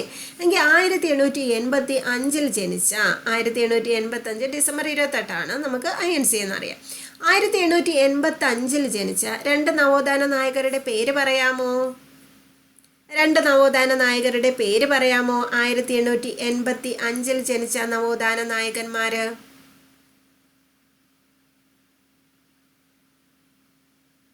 സുനിത പറയാമോ? 1885 ജനിച്ച നവോത്ഥാന നായകന്മാര്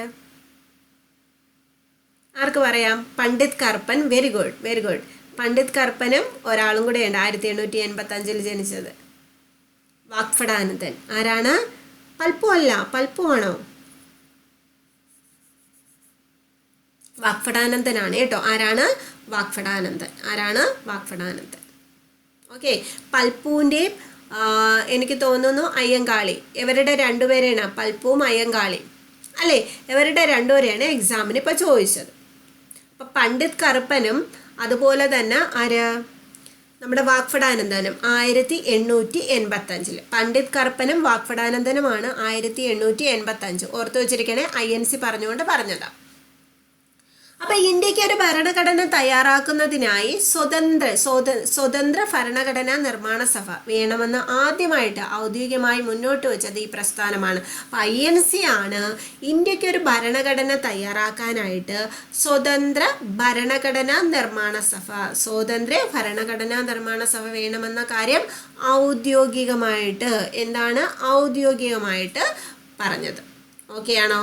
ഇനി ഗവൺമെൻറ് ഓഫ് ഇന്ത്യ ആക്ടുകൾ നമുക്കറിയാം. അതും ഇതുപോലെ തന്നെ നമ്മുടെ കൗൺസിൽ ആക്ട് പോലെ, ആദ്യം കൗൺസിൽ ആക്ടിലുമാണ് നമ്മൾ ക്രൗൺ ആക്ട് പറഞ്ഞായിരുന്നില്ലേ, ക്രൗൺ ആക്ടിലാണ് ഈ കൗൺസിൽ ആക്ട് ഒക്കെ വരുന്നത്. അതിനുശേഷമാണ് എന്ത് വരുന്നത്?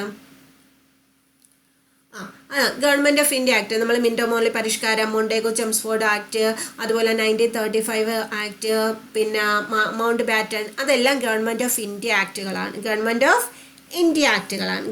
Of India act. ജീന എന്ത് പറ്റി? കേൾക്കുന്നില്ല? ജീനയ്ക്ക് കേൾക്കുന്നില്ല?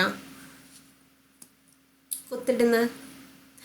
ഓക്കെ, അപ്പോൾ ഗവൺമെൻറ് ഓഫ് ഇന്ത്യ ആക്ട് നമുക്ക് നോക്കാം. ഇന്ത്യയുടെ പങ്കാളിത്തം ക്രമേണ വർദ്ധിപ്പിക്കാൻ, ഇന്ത്യയുടെ പങ്കാളിത്തം വരുത്താൻ വേണ്ടിയിട്ടാണ് കൗൺസിൽ ആക്ട്. എന്നാൽ ഗവൺമെൻറ് ഓഫ് ഇന്ത്യ ആക്ട് അതെന്ത് ചെയ്യാൻ? വർദ്ധിപ്പിക്കാനും മെച്ചപ്പെട്ട ഭരണം ഉറപ്പുവരുത്താനും. Okay, government of India act. അപ്പോൾ ഇന്ത്യക്കാരുടെ പങ്കാളിത്തം ഉണ്ടാകാനാണ് നേരത്തെ കൗൺസിൽ ആക്ട് പറഞ്ഞത്. എന്നാൽ ഇപ്പം നോക്കിക്കേ, ഗവൺമെൻറ് ഓഫ് ഇന്ത്യ ആക്ട് എന്താണ്? ഇന്ത്യക്കാരുടെ പങ്കാളിത്തം എന്ത് ചെയ്യാനായിട്ട്? ഇൻക്രീസ് ചെയ്യാൻ, എന്ത് ചെയ്യാൻ? വർദ്ധിപ്പിക്കാനായിട്ട്. കേട്ടോ? ഇനി ക്യാബിനറ്റ് മിഷൻ. എന്താണ് ക്യാബിനറ്റ് മിഷൻ? നിങ്ങൾക്കറിയാലോ, ഇന്ത്യക്ക് ഒരു പൂർണ്ണമായ സ്വയംഭരണാധികാരം നൽകുന്നതിനായി ബ്രിട്ടീഷ് ഗവൺമെൻറ് ആരാ നിയമിച്ചു? ക്യാബിനറ്റ് മിഷനെ നിയമിച്ചു അല്ലേ. അങ്ങനെ ക്യാബിനറ്റ് മിഷന്റെ നിർദ്ദേശപ്രകാരമാണ് ഭരണഘടനാ നിർമ്മാണ സഭ നിലയിൽ വന്നത്. എന്നടാ ഭരണഘടനാ നിർമ്മാണ സഭ നിലയിൽ വന്നത്? ഭരണഘടനാ നിർമ്മാണ സഭ നിലയിൽ വന്ന എന്നാണ് പറ? ഭരണഘടനാ നിർമ്മാണ സഭ നിലയിൽ വന്നത്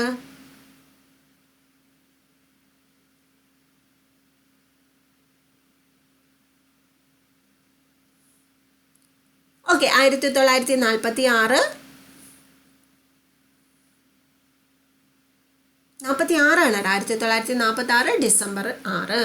ഓക്കെ, ഡിസംബർ 6 വരുന്നു.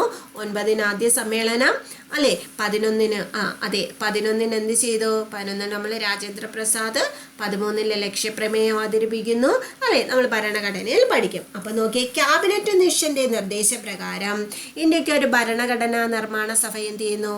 രൂപീകരിക്കുന്നു. 1946 ഡിസംബർ 6. Very good. ഓക്കെ ആണോ? അപ്പോൾ ക്യാബിനറ്റ് മിഷൻ നിങ്ങൾക്ക് അറിയാലോ. ക്യാബിനറ്റ് മിഷനിൽ എത്ര അംഗങ്ങളുണ്ടായിരുന്നടാ? ക്യാബിനറ്റ് മിഷനുകളിൽ ബ്രിട്ടീഷുകാർ നിയോഗിച്ച ക്യാബിനറ്റ് മിഷനിൽ എത്ര അംഗങ്ങളുണ്ടായിരുന്നു? 3 അംഗ സമിതിയാണ്. ആരാണ്?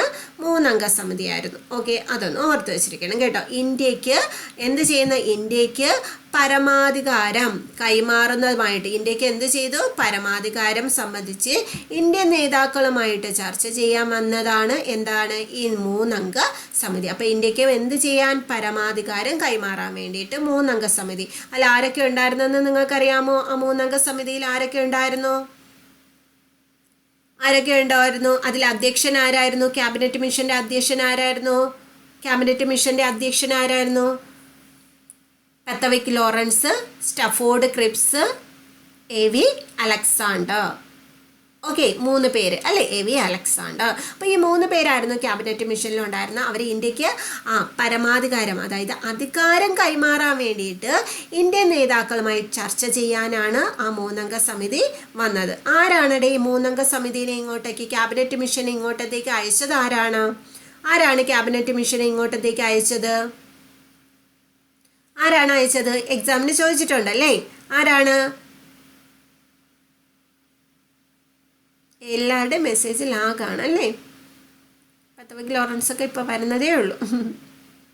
ക്ലെമന്റ് ആറ്റ്ലി ആണല്ലേ? ആരാണ്? Clement Attlee. നിങ്ങളുടെ മെസ്സേജ് നല്ല ലാഗാണ്. ഞാൻ ചോദിച്ചു ഒരു കുന്ന് നേരെ കഴിഞ്ഞിട്ടാണ് നിങ്ങളുടെ ഇത് വരുന്നത്.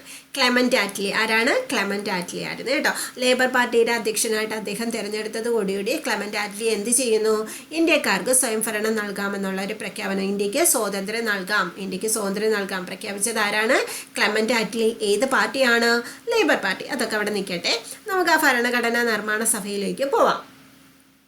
ആരാണ് ഭരണഘടനാ നിർമ്മാണ സഭയുടെ അധ്യക്ഷൻ? ആരാണ് ഭരണഘടനാ നിർമ്മാണ സഭയുടെ അധ്യക്ഷൻ? ആരാണ് ഭരണഘടനാ നിർമ്മാണ സഭയുടെ അധ്യക്ഷൻ? പറഞ്ഞോ. രാജേന്ദ്ര പ്രസാദ് ആണ്. ആരാണ്? രാജേന്ദ്ര പ്രസാദ്. അവിടെ താൽക്കാലികം എന്നുണ്ടെങ്കിൽ, അല്ലെങ്കിൽ ആദ്യ സമ്മേളനത്തിലെ അധ്യക്ഷൻ എന്നുണ്ടെങ്കിൽ മാത്രമേ ആരെ എഴുതി വെക്കാവോ? സച്ചിദാനന്ദ സിൻഹേനെ എഴുതി വെക്കാവോ കേട്ടോ. എന്നാൽ ഭരണഘടനാ നിർമ്മാണ സഭയുടെ അധ്യക്ഷൻ ഇപ്പോഴും ചോദിച്ചതാ. അതിൽ 2 ഓപ്ഷനും ഉണ്ടായിരുന്നു. സച്ചിദാനന്ദ സിൻഹയുണ്ട്, രാജേന്ദ്ര പ്രസാദും ഉണ്ട്. ഓക്കെ, താൽക്കാലികമെന്ന് ചോദിക്കുകയോ അല്ലെങ്കിൽ ഡിസംബർ 9 ആരായിരുന്നു എന്ന് ചോദിക്കുമ്പോഴോ മാത്രമേ നിങ്ങൾ സച്ചിദാനന്ദ സിൻഹേനെ എഴുതാവൂ, അല്ലെങ്കിൽ രാജേന്ദ്ര പ്രസാദ് തന്നെയാണ് കേട്ടോ. ഓക്കെ, മനസ്സിലായല്ലോ. ഓക്കെ, അടുത്ത നോക്കിക്കേ. ഡ്രാഫ്റ്റിംഗ് കമ്മിറ്റിയുടെ അധ്യക്ഷൻ, അതായത് നമ്മുടെ ഭരണഘടനയുടെ കരട് രൂപം എഴുതി തയ്യാറാക്കിയത് ആരാണ്?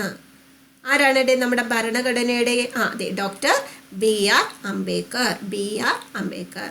അങ്ങനെ ഭരണഘടനയ്ക്ക് അംഗീകാരം നൽകിയത് എന്നാണ്? ഭരണഘടനാ നിർമ്മാണ സഭ ഭരണഘടനയ്ക്ക് അംഗീകാരം നൽകിയത് അല്ലേ അപർണ? അംഗീകാരം നൽകിയത് 1949 നവംബർ 26. 1949 നവംബർ 26. ഓക്കെ ആണോ? അതിനാൽ നവംബർ 26 എന്ത് ദിനമാണ്? നവംബർ 26? നവംബർ 26 എന്ത് ദിനമാണ്? ഭരണഘടനാ ദിനം. എന്ത് ദിനമാണ്? ഭരണഘടനാ ദിനം. നമുക്കിതങ്ങ് തീർക്കാം കേട്ടോ. ഒരു 1/4 മണിക്കൂറും കൂടെ ഞാൻ എടുക്കും. ഇതങ്ങ് തീർക്കാം കേട്ടോ നമുക്ക്. അതിനാൽ നവംബർ 26 എന്താണ്? ഭരണഘടനാ ദിനം. എന്നാണ് ഭരണഘടന ഔദ്യോഗികമായിട്ട് നിലവിൽ വന്നത്? കോൺസ്റ്റിറ്റ്യൂഷൻ ഡേ നവംബർ 26 ആണ്. എന്നാണ് ഔദ്യോഗികമായിട്ട് നിലവിൽ വന്നത്? 1950 ജാനുവരി. നമ്മളെ റിപ്പബ്ലിക് ഡേയുടെ അന്ന് മുതലാണ് ഇന്ത്യ ഒരു പരമാധികാര ജനാധിപത്യ റിപ്പബ്ലിക്കായിട്ട് വന്നത്. അന്ന് 1950 പരമാധികാര ജനാധിപത്യ റിപ്പബ്ലിക്കാണ് കേട്ടോ. അല്ലാതെ പരമാധികാര സ്ഥിതിസമത്വ മതേതരത്വ ജനാധിപത്യ റിപ്പബ്ലിക് ആയോ 1950? ആയോടെ? ഒരിക്കലുമില്ല. ഓക്കെ, അത് ആ പരമാധികാര ജനാധിപത്യം അല്ലേ. നമ്മൾ ആ സോഷ്യലിസ്റ്റും സെക്യുലാറും 1976 ചേർത്തത്. അന്ന് തൊട്ടാണ് പസോമജെറി എന്ന് പറഞ്ഞ് നിങ്ങൾ കോഡിട്ട് പഠിക്കുന്നത് അല്ലേ. പസോമജെറി എന്താണ്? ഇന്ത്യ ഒരു പരമാധികാര സ്ഥിതിസമത്വ മതേതരത്വ ജനാധിപത്യ റിപ്പബ്ലിക് 1976 എന്നാൽ പരമാധികാര ജനാധിപത്യ റിപ്പബ്ലിക് ആയത് എന്ന് മുതലേ ആയി? 1950 ആയി. മനസ്സിലായോ? ഓക്കെയാണ്. അപ്പം അടുത്തയിലോട്ട് പോവുകയാണ് കേട്ടോ. ആർക്കെങ്കിലും ഡൗട്ട് ഉണ്ടെങ്കിൽ മെസ്സേജ് ചെയ്ത് ചോദിക്കാം കേട്ടോ. ഡൗട്ടില്ലല്ലോ? അപ്പം ഇന്ത്യയുടെ ആമുഖം ഇവിടെ പറയുന്നുണ്ട്. നമുക്കറിയാലോ, ഭാരതത്തിലെ ജനങ്ങളായ നാം. അത് ഓർത്ത് വെച്ചിരിക്കുക. എങ്ങനെ തുടങ്ങുന്നെന്ന് ചോദിച്ചിട്ടുണ്ട് അല്ലേ. അന്നേരം ഓപ്ഷൻ കാണുമ്പോൾ തെറ്റിപ്പോലെ ഭാരതത്തിലെ ജനങ്ങളായ നാം, V the people of India. നമ്മൾ എങ്ങനെയാണ് പരമാധികാര സ്ഥിതിസമത്വ മതേതരത്വ ജനാധിപത്യ റിപ്പബ്ലിക് അല്ലേ. പരമാധികാര സ്ഥിതിസമത്വ മതേതരത്വ ജനാധിപത്യ റിപ്പബ്ലിക്, പസോമ ജെറി എന്ന് പഠിച്ചു വെച്ചാൽ നിങ്ങൾക്ക് കിട്ടും. ഓക്കെ ആണോ? പിന്നെ അതിൽ എന്തൊക്കെ വാക്കുകളുണ്ട്? നീതിയുണ്ട്. നീതി എടുത്തത് എവിടെ നിന്നാണെന്ന് ഞാൻ പറഞ്ഞു തന്നു. നീതി എവിടെ നിന്നാണ് എടുത്തത്? അതെ, റഷ്യയിൽ നിന്ന്. സ്വാതന്ത്ര്യ സമത്വ സാഹോദര്യം എവിടെ നിന്ന്? ഫ്രാൻസിൽ നിന്ന്. അതുകൊണ്ട് നോക്കി, ഒരേ ഒരു ഡേറ്റ് മാത്രമേ ഭരണഘടനയിൽ പ്രതിപാദിക്കുന്നുള്ളൂ. 1949 26-ാം ദിവസം, നവംബർ 26. ഓക്കെ ആണോ? അങ്ങനെ നോക്കി അതിൽ പഠിക്കേണ്ടത്, നോക്കി ഇവിടെ ഏതൊക്കെ ഭേദഗതി ചെയ്ത് ചേർത്തു എന്ന്. പരമാധികാര ജനാധിപത്യ റിപ്പബ്ലിക് ആയിരുന്നു 1950. അതിന് പ്രകാരം ഏത് വകുപ്പ് പ്രകാരം ഒന്ന് കണ്ടോ? ഏത് വകുപ്പ് പ്രകാരം? 2ാം വകുപ്പ് പ്രകാരം. ഏത് വകുപ്പ് പ്രകാരമാണ് ഭേദഗതി ചെയ്തത്? 2ാം വകുപ്പ്. ആ വകുപ്പ് ചോദിച്ചിട്ടുണ്ട്, ഇപ്പം എക്സാമിന് ചോദിച്ചിട്ടുള്ളതാണ്. 2ാം വകുപ്പ്. ഏത് വകുപ്പ്? 2ാം വകുപ്പ്. ആ വകുപ്പിൻ്റെ കാര്യം ഒന്ന് ഓർത്ത് വെച്ചിരിക്കണേ. ആ വകുപ്പ് പ്രകാരമാണ് ഐക്യം എന്നതിന് പകരം അല്ലേ, രാഷ്ട്രത്തിൻ്റെ ഐക്യം എന്നതിന് പകരം അഖണ്ഡത എന്നുകൂടി ചേർത്തത്. ഓക്കെ, ആ ഡേറ്റ് കണ്ട 1977 ജനുവരി 3. 1977 ജനുവരി 3. എന്താണ്? 1973 ജനുവരി 3-നാണ് എന്ത് ചെയ്തത്? അതെ, ഭരണഘടന, അതായത് 42ാം ഭേദഗതി നിലവിൽ വന്നത് 1977 ജനുവരി 3. ഓക്കെ, നിലവിൽ വന്നു. ഓക്കെ ആണ്. Very good. ഇനി നമുക്ക് നോക്കിയ ആമുഖം പരിശോധിക്കുമ്പോൾ നമുക്കറിയാം ആമുഖത്തിൽ എന്തൊക്കെ കാര്യങ്ങൾ പറഞ്ഞെന്ന് പറഞ്ഞു അല്ലേ. രാഷ്ട്രത്തിൻ്റെ സ്വഭാവം, ഭരണഘടന, ലക്ഷ്യം, അംഗീകരിക്കപ്പെട്ട തീയതി എല്ലാം ഏതിൽ പറയുന്നുണ്ട്? നമ്മുടെ ആമുഖത്തിൽ പറയുന്നുണ്ട്. അപ്പോൾ ആമുഖത്തിൽ എന്തൊക്കെ പറയുന്നുണ്ട്? രാഷ്ട്രത്തിൻ്റെ സ്വഭാവം. എങ്ങനത്തെ സ്വഭാവമാണ് നമ്മുടെ രാഷ്ട്രം എന്ന് പറയുന്നത്? എങ്ങനെയാണ്? പരമാധികാര സ്ഥിതിസമത്വ മതേതരത്വ ജനാധിപത്യ റിപ്പബ്ലിക്കാണ് അല്ലേ. ഇനി ഭരണഘടനയുടെ ലക്ഷ്യങ്ങൾ അതിൽ പറയുന്നുണ്ട്. നീതി, സമത്വം, സാഹോദര്യം ഒക്കെ പറയുന്നില്ലേ. അതെല്ലാം നമ്മുടെ ഭരണഘടന ലക്ഷ്യങ്ങളാണ്. ഭരണഘടന അംഗീകരിക്കപ്പെട്ട തീയതി അതിൽ എഴുതി ചേർത്തിട്ടില്ലേ? എന്നാണ്? 1949 നവംബർ 26. അപ്പോൾ അതെല്ലാം എന്ത് ചെയ്യുന്നുണ്ട്? നമ്മുടെ ഭരണഘടനയിൽ എഴുതി ചേർത്തിരിക്കുന്നതാണ് അല്ലേ. ഇനി ഭരണഘടനയുടെ ലക്ഷ്യങ്ങൾ നോക്കിക്കേ. ഇത് നമ്മൾ റാങ്ക് ഫയലിലൊക്കെ മാത്രം കണ്ട കാര്യമാണ്. പക്ഷേ എന്ത് ചെയ്തിട്ടുണ്ട്? നമ്മുടെ 6ാം ക്ലാസ്സിലെ ടെക്സ്റ്റ് ബുക്കിൽ നോക്കിയേ, വളരെ ഡീറ്റെയിൽ ആയിട്ട് പരമാധികാരം എന്താണ്, മതേതരത്വം എന്താണ് അല്ലെ, സ്ഥിതിസമത്വം എന്താണ്, ജനാധിപത്യം എന്താണ് എന്നൊക്കെ തന്നെ, റിപ്പബ്ലിക് എന്താണ്, എല്ലാം ഡീറ്റെയിൽ ആയിട്ട് കൊടുത്തിട്ടുണ്ട്. പണ്ട് 8ാം ക്ലാസ്സിലൊക്കെ കൊടുത്തതാണ്. 6ാം ക്ലാസ്സിലെ കുഞ്ഞു കുട്ടികൾ പഠിക്കുന്നത്. 8ാം ക്ലാസ്സിലുണ്ടായിരുന്നു കേട്ടോ. 8ാം ക്ലാസ്സിലുണ്ടായിരുന്ന കാര്യമാണ് എന്ത് ചെയ്തത്? ഇപ്പോഴോ 6ാം ക്ലാസ്സിലെ കുഞ്ഞു കുട്ടികൾ പഠിക്കുന്നത്. ഓക്കെ, 6ാം ക്ലാസ്സിലെ കുഞ്ഞു പിള്ളേരാ, നമ്മളും പഠിക്കുന്നുണ്ടല്ലേ. നോക്കിയേ, പരമാധികാരം നമുക്കറിയാം. പരമാധികാരത്തിൽ പറയുന്നത് ബാഹ്യ ഇടപെടലുകൾക്കോ സമ്മർദ്ദങ്ങൾക്കോ വിധേയമാകാതെയുള്ള രാഷ്ട്രത്തിൻ്റെ അധികാരം അല്ലേ. പരമാധികാരം ജനങ്ങളാണ് പരമാധികാരം. അത് കാണോ? അല്ല, നമ്മുടെ രാഷ്ട്രത്തിൻ്റെ അധികാരമാണ് അതിൽ പറയുന്നത്. ഓക്കെ, രാഷ്ട്രത്തിൻ്റെ അധികാരമാണ് എന്ത് ചെയ്യുന്നത്? പറയുന്നത്. ഓക്കെ, പരമാധികാരം എന്ന വേർഡിലൂടെ എന്താണ് പറഞ്ഞത്? നമ്മുടെ കാര്യങ്ങൾ നമ്മൾ തീരുമാനിക്കും. ചൈനക്കാർ തീരുമാനിക്കുമോ? ഒരിക്കലുമില്ല. ബാഹ്യ ഇടപെടലുകൾക്കോ സമ്മർദ്ദങ്ങൾക്കോ വിധേയമാകാതെ തന്നെ നമ്മുടെ തീരുമാനം, നമ്മുടെ രാഷ്ട്രത്തിൻ്റെ തീരുമാനം നമ്മളാണ് കൈക്കൊള്ളുന്നത് അല്ലേ. ഓക്കെ ആണോ? അതാണ് പരമാധികാരം. ഇനി അടുത്ത സ്ഥിതിസമത്വം.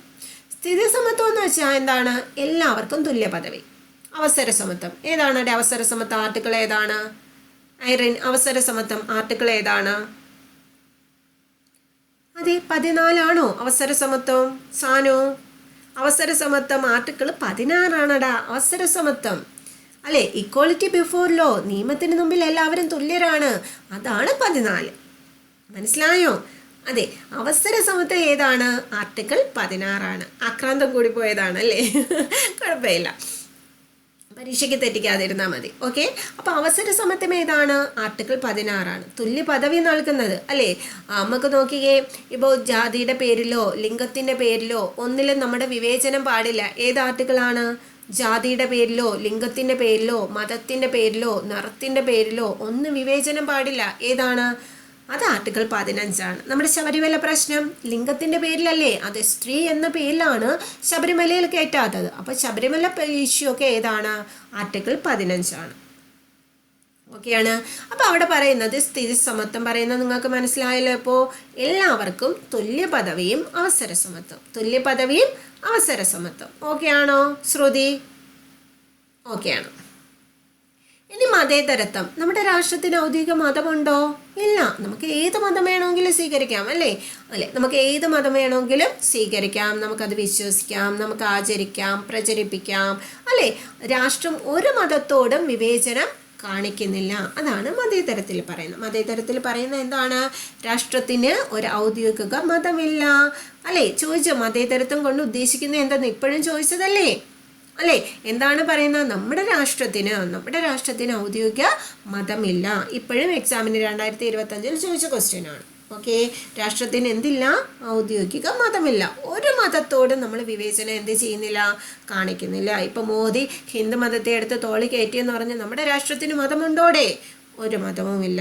ഓക്കെ ആണോ? ഇനി ജനാധിപത്യം ജനങ്ങളാൽ തിരഞ്ഞെടുക്കപ്പെടുന്ന പ്രതിനിധികൾ ഭരിക്കുന്നു. ഇതിലൂടെ ജനങ്ങൾ പരമാധികാരികൾ. അതിലാണ് ജനാധിപത്യത്തിലാണ് ജനങ്ങൾ പരമാധികാരികൾ എന്നുള്ളൊരു വേർഡ് വരുന്നത്. ഓക്കെയാണോ? ജനങ്ങളാണ് പരമാധികാരികൾ എന്ന് പറഞ്ഞിട്ട് ഓപ്ഷൻ പരമാധികാരം വന്നാൽ അതിൽ കയറി കുത്തുവോ? അതിൽ കയറി കുത്തരുത്. നമ്മളെ തെറ്റിക്കാൻ വേണ്ടി PSC ചെയ്യുന്നതാ അല്ലേ? എന്താണ്? നമ്മുടെ ജനങ്ങളാണ് പരമാധികാരികൾ എന്ന് പറയുന്നത് ഏതിലാണ്? ജനാധിപത്യത്തിലാണ്. കേട്ടോ, എന്തിലാണ് പറയുന്നത്? ജനാധിപത്യത്തില്. എന്തിൽ പറയുന്നടാ? ജനാധിപത്യത്തില്. ഇനി നിങ്ങൾ തെറ്റിക്കോ? ജനാധിപത്യത്തിലാണ് കേട്ടോ. ഓക്കെ. ഇനി റിപ്പബ്ലിക്. നമുക്കറിയാം ഒരു രാഷ്ട്രത്തലവൻ. റിപ്പബ്ലിക് എന്ന് കേൾക്കുമ്പോഴേ നിങ്ങളുടെ മനസ്സിൽ വരേണ്ടത് എന്താണ്? രാഷ്ട്രത്തലവൻ. ഏതാണടാ? രാഷ്ട്രത്തലവൻ. അപ്പൊ തെരഞ്ഞെടുപ്പിലൂടെ രാഷ്ട്രത്തലവനെ തീരുമാനിക്കുന്ന സംവിധാനമാണ് എന്തെന്ന് പറയുന്നത്? റിപ്പബ്ലിക് എന്ന് പറയുന്നത്. തെരഞ്ഞെടുപ്പിലൂടെ ആരെ തിരഞ്ഞെടുക്കുന്നു? രാഷ്ട്രത്തലവനെ. ഏത് തലവനെ? രാഷ്ട്രത്തലവനെ. അപ്പൊ ഇന്ത്യയുടെ രാഷ്ട്രത്തലവൻ ആരാണ്? രാഷ്ട്രപതിയാണ്. തെരഞ്ഞെടുപ്പിലൂടെയാണ്. ഓക്കെ, പക്ഷെ ഇന്ന് അത് നമ്മളാണോ തിരഞ്ഞെടുക്കുന്നത്? ജനങ്ങളാണോ തിരഞ്ഞെടുക്കുന്നത് നമ്മുടെ രാഷ്ട്രത്തലവനെ? നമ്മുടെ എന്താണ്? പ്രത്യക്ഷമാണോ പരോക്ഷമാണോ? പറ, നിങ്ങൾ തന്നെ പറയേ. നമ്മുടെ രാഷ്ട്രത്തലവനെ നമ്മൾ തിരഞ്ഞെടുക്കുന്ന രീതി പ്രത്യക്ഷമാണോ പരോക്ഷമാണോ? അതെ, പരോക്ഷമാണ്. നമ്മൾ പ്രത്യക്ഷമായിട്ടാണോ? അല്ല. എങ്കിൽ പ്രത്യക്ഷം നിങ്ങൾക്ക് പറഞ്ഞേ. പ്രത്യക്ഷം എവിടുത്തെ പ്രസിഡന്റിനെ തിരഞ്ഞെടുക്കുന്നതാണ് പ്രത്യക്ഷം?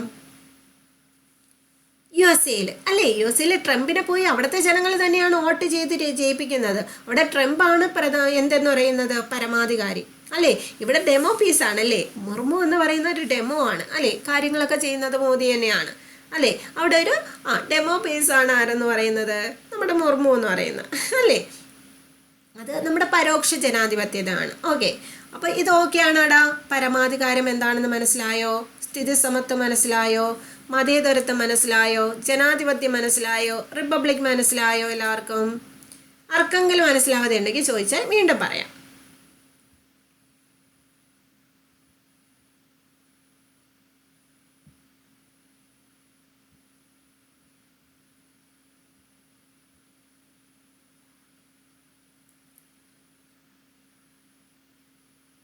എന്താടാ അപർണ പറയുന്ന? എല്ലാവർക്കും മനസ്സിലായി? ഓക്കെ, മനസ്സിലായി. Happy mood. ഓക്കെ, അപ്പം രാഷ്ട്രം പൗരന്മാർക്ക് ഉറപ്പ് നൽകുന്നുണ്ട്. നീതി, സ്വാതന്ത്ര്യം, സമത്വം ഒക്കെ എന്ത് ചെയ്യുന്നുണ്ട്?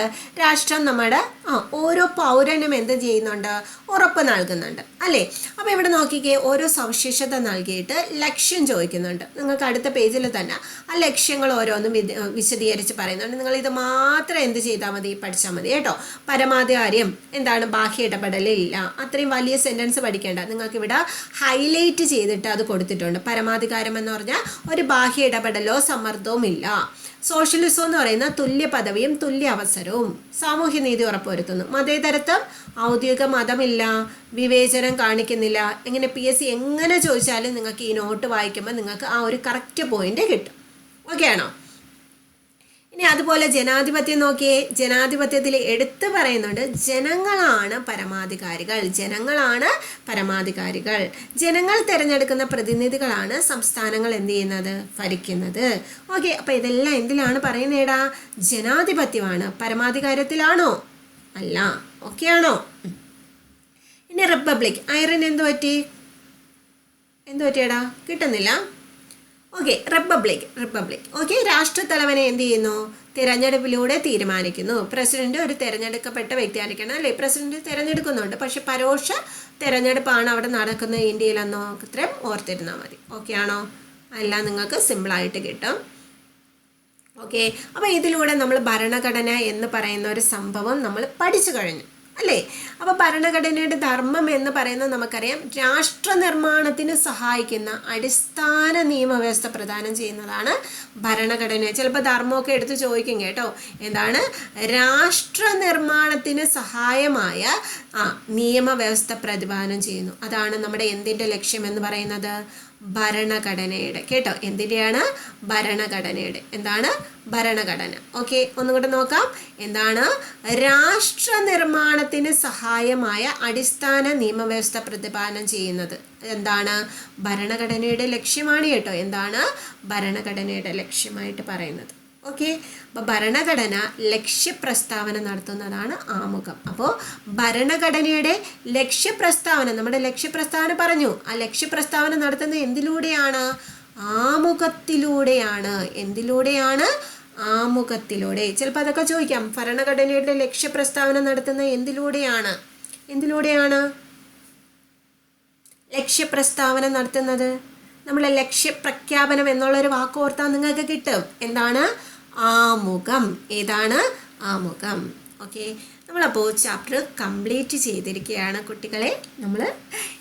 നമ്മൾ ഭരണഘടനാ മുഖവുര എന്ന് പറയുന്ന ഒരു ചാപ്റ്റർ കേട്ടോ, അത് കംപ്ലീറ്റ് ചെയ്തിട്ടുണ്ട്. നിങ്ങൾക്ക് എന്ത് ഡൗട്ട് ഉണ്ടെങ്കിലും നിങ്ങൾക്ക് എന്ത് ചെയ്യാം? ഈ ചാറ്റ് ഗ്രൂപ്പിൽ നിങ്ങൾക്ക് ചോദിക്കാം കേട്ടോ. മെൻഷൻ ചെയ്തിട്ടിരുന്നാൽ പെട്ടെന്ന് തന്നെ ഐഡൻറ്റിഫൈ ചെയ്യാൻ പറ്റും. അപ്പോൾ നിങ്ങൾക്ക് ഇത് റീഡ് ചെയ്തിട്ട് നിങ്ങൾക്ക് ഇതോടൊപ്പം തന്നെ നിങ്ങൾക്ക് ഹൈലൈറ്റഡ് PDF-ഉം മാർക്കറ്റ് PDF-ഉം നിങ്ങൾക്ക് ഹൈലൈറ്റ് ചെയ്തില്ലേ, മാർക്കറ്റ് PDF കിട്ടും. അതുപോലെ തന്നെ ഷോർട്ട് നോട്ട് കിട്ടും. ആ ഷോർട്ട് നോട്ട് മാത്രമേ, ഇനിയിപ്പോൾ ക്ലാസ് കണ്ട ഒരു ഷോർട്ട് നോട്ട് മാത്രം വായിച്ചാൽ മതി. ഷോർട്ട് നോട്ട് വായിക്കുക. നിങ്ങൾക്ക് എക്സാം 9 മണിക്ക് എക്സാം ഉണ്ട് കേട്ടോ. അതുപോലെ ഇന്ന് സാറിൻ്റെ കൗൺസിലിംഗ് ക്ലാസ് ഉണ്ട് കേട്ടോ. ഇന്നത്തെ ക്ലാസ് മാറ്റാൻ പറ്റത്തില്ല, ഇന്ന് തന്നെ ഉണ്ട്. അപ്പോൾ മാക്സിമം സാറിനോട് ചോദിച്ച് നിങ്ങൾക്ക് എന്തുകൊണ്ട് മാർക്ക് കുറയുന്നു അല്ലെങ്കിൽ നെഗറ്റീവ് മാർക്ക് കൂടുന്നു, എനിക്ക് എന്തൊക്കെയാണ് പ്രശ്നങ്ങൾ, സാറിനോട് ചോദിച്ച് നിങ്ങൾക്ക് എന്ത് ചെയ്യാം? ക്ലാരിഫൈ ചെയ്യാം. ഓക്കെ ആണോ? അപ്പോൾ ഇന്ന് 8 മണിക്ക് കൗൺസിലിങ്ങിൻ്റെ ക്ലാസ് ഉണ്ട്. നിങ്ങളെല്ലാവരും അറ്റൻഡ് ചെയ്യുക. നിങ്ങളുടെ പ്രശ്നങ്ങൾ നിങ്ങൾ തന്നെ സാറിനോട് ചോദിക്കുക. അതിനൊന്നും ഒരു ഇത് വേണ്ട കേട്ടോ. അപ്പോൾ സാറ് പറയുന്നതെല്ലാം കേൾക്കുക. അതിൽ നിങ്ങൾക്ക് അക്സെപ്റ്റ് ചെയ്യാൻ പറ്റാത്തതുണ്ടെങ്കിൽ അക്സെപ്റ്റ് ചെയ്യേണ്ട. നിങ്ങൾക്ക് അക്സെപ്റ്റ് ചെയ്യുന്ന കാര്യങ്ങൾ അക്സെപ്റ്റ് ചെയ്ത് നല്ല രീതിയിൽ ഈ ഒരു കോഴ്സ് എടുത്തത് കൊണ്ട് നിങ്ങൾക്ക് ഒരിക്കലും അത് ഗുണമില്ലാതെ പോകരുത്. ഓക്കെ ആണോ? അപ്പോൾ എല്ലാവർക്കും താങ്ക് യു. എല്ലാവരും നന്നായിട്ട് കൺസിസ്റ്റൻസ് ആയിട്ട് പഠിക്കുക. ഓക്കെ അല്ലേ? Ta-da!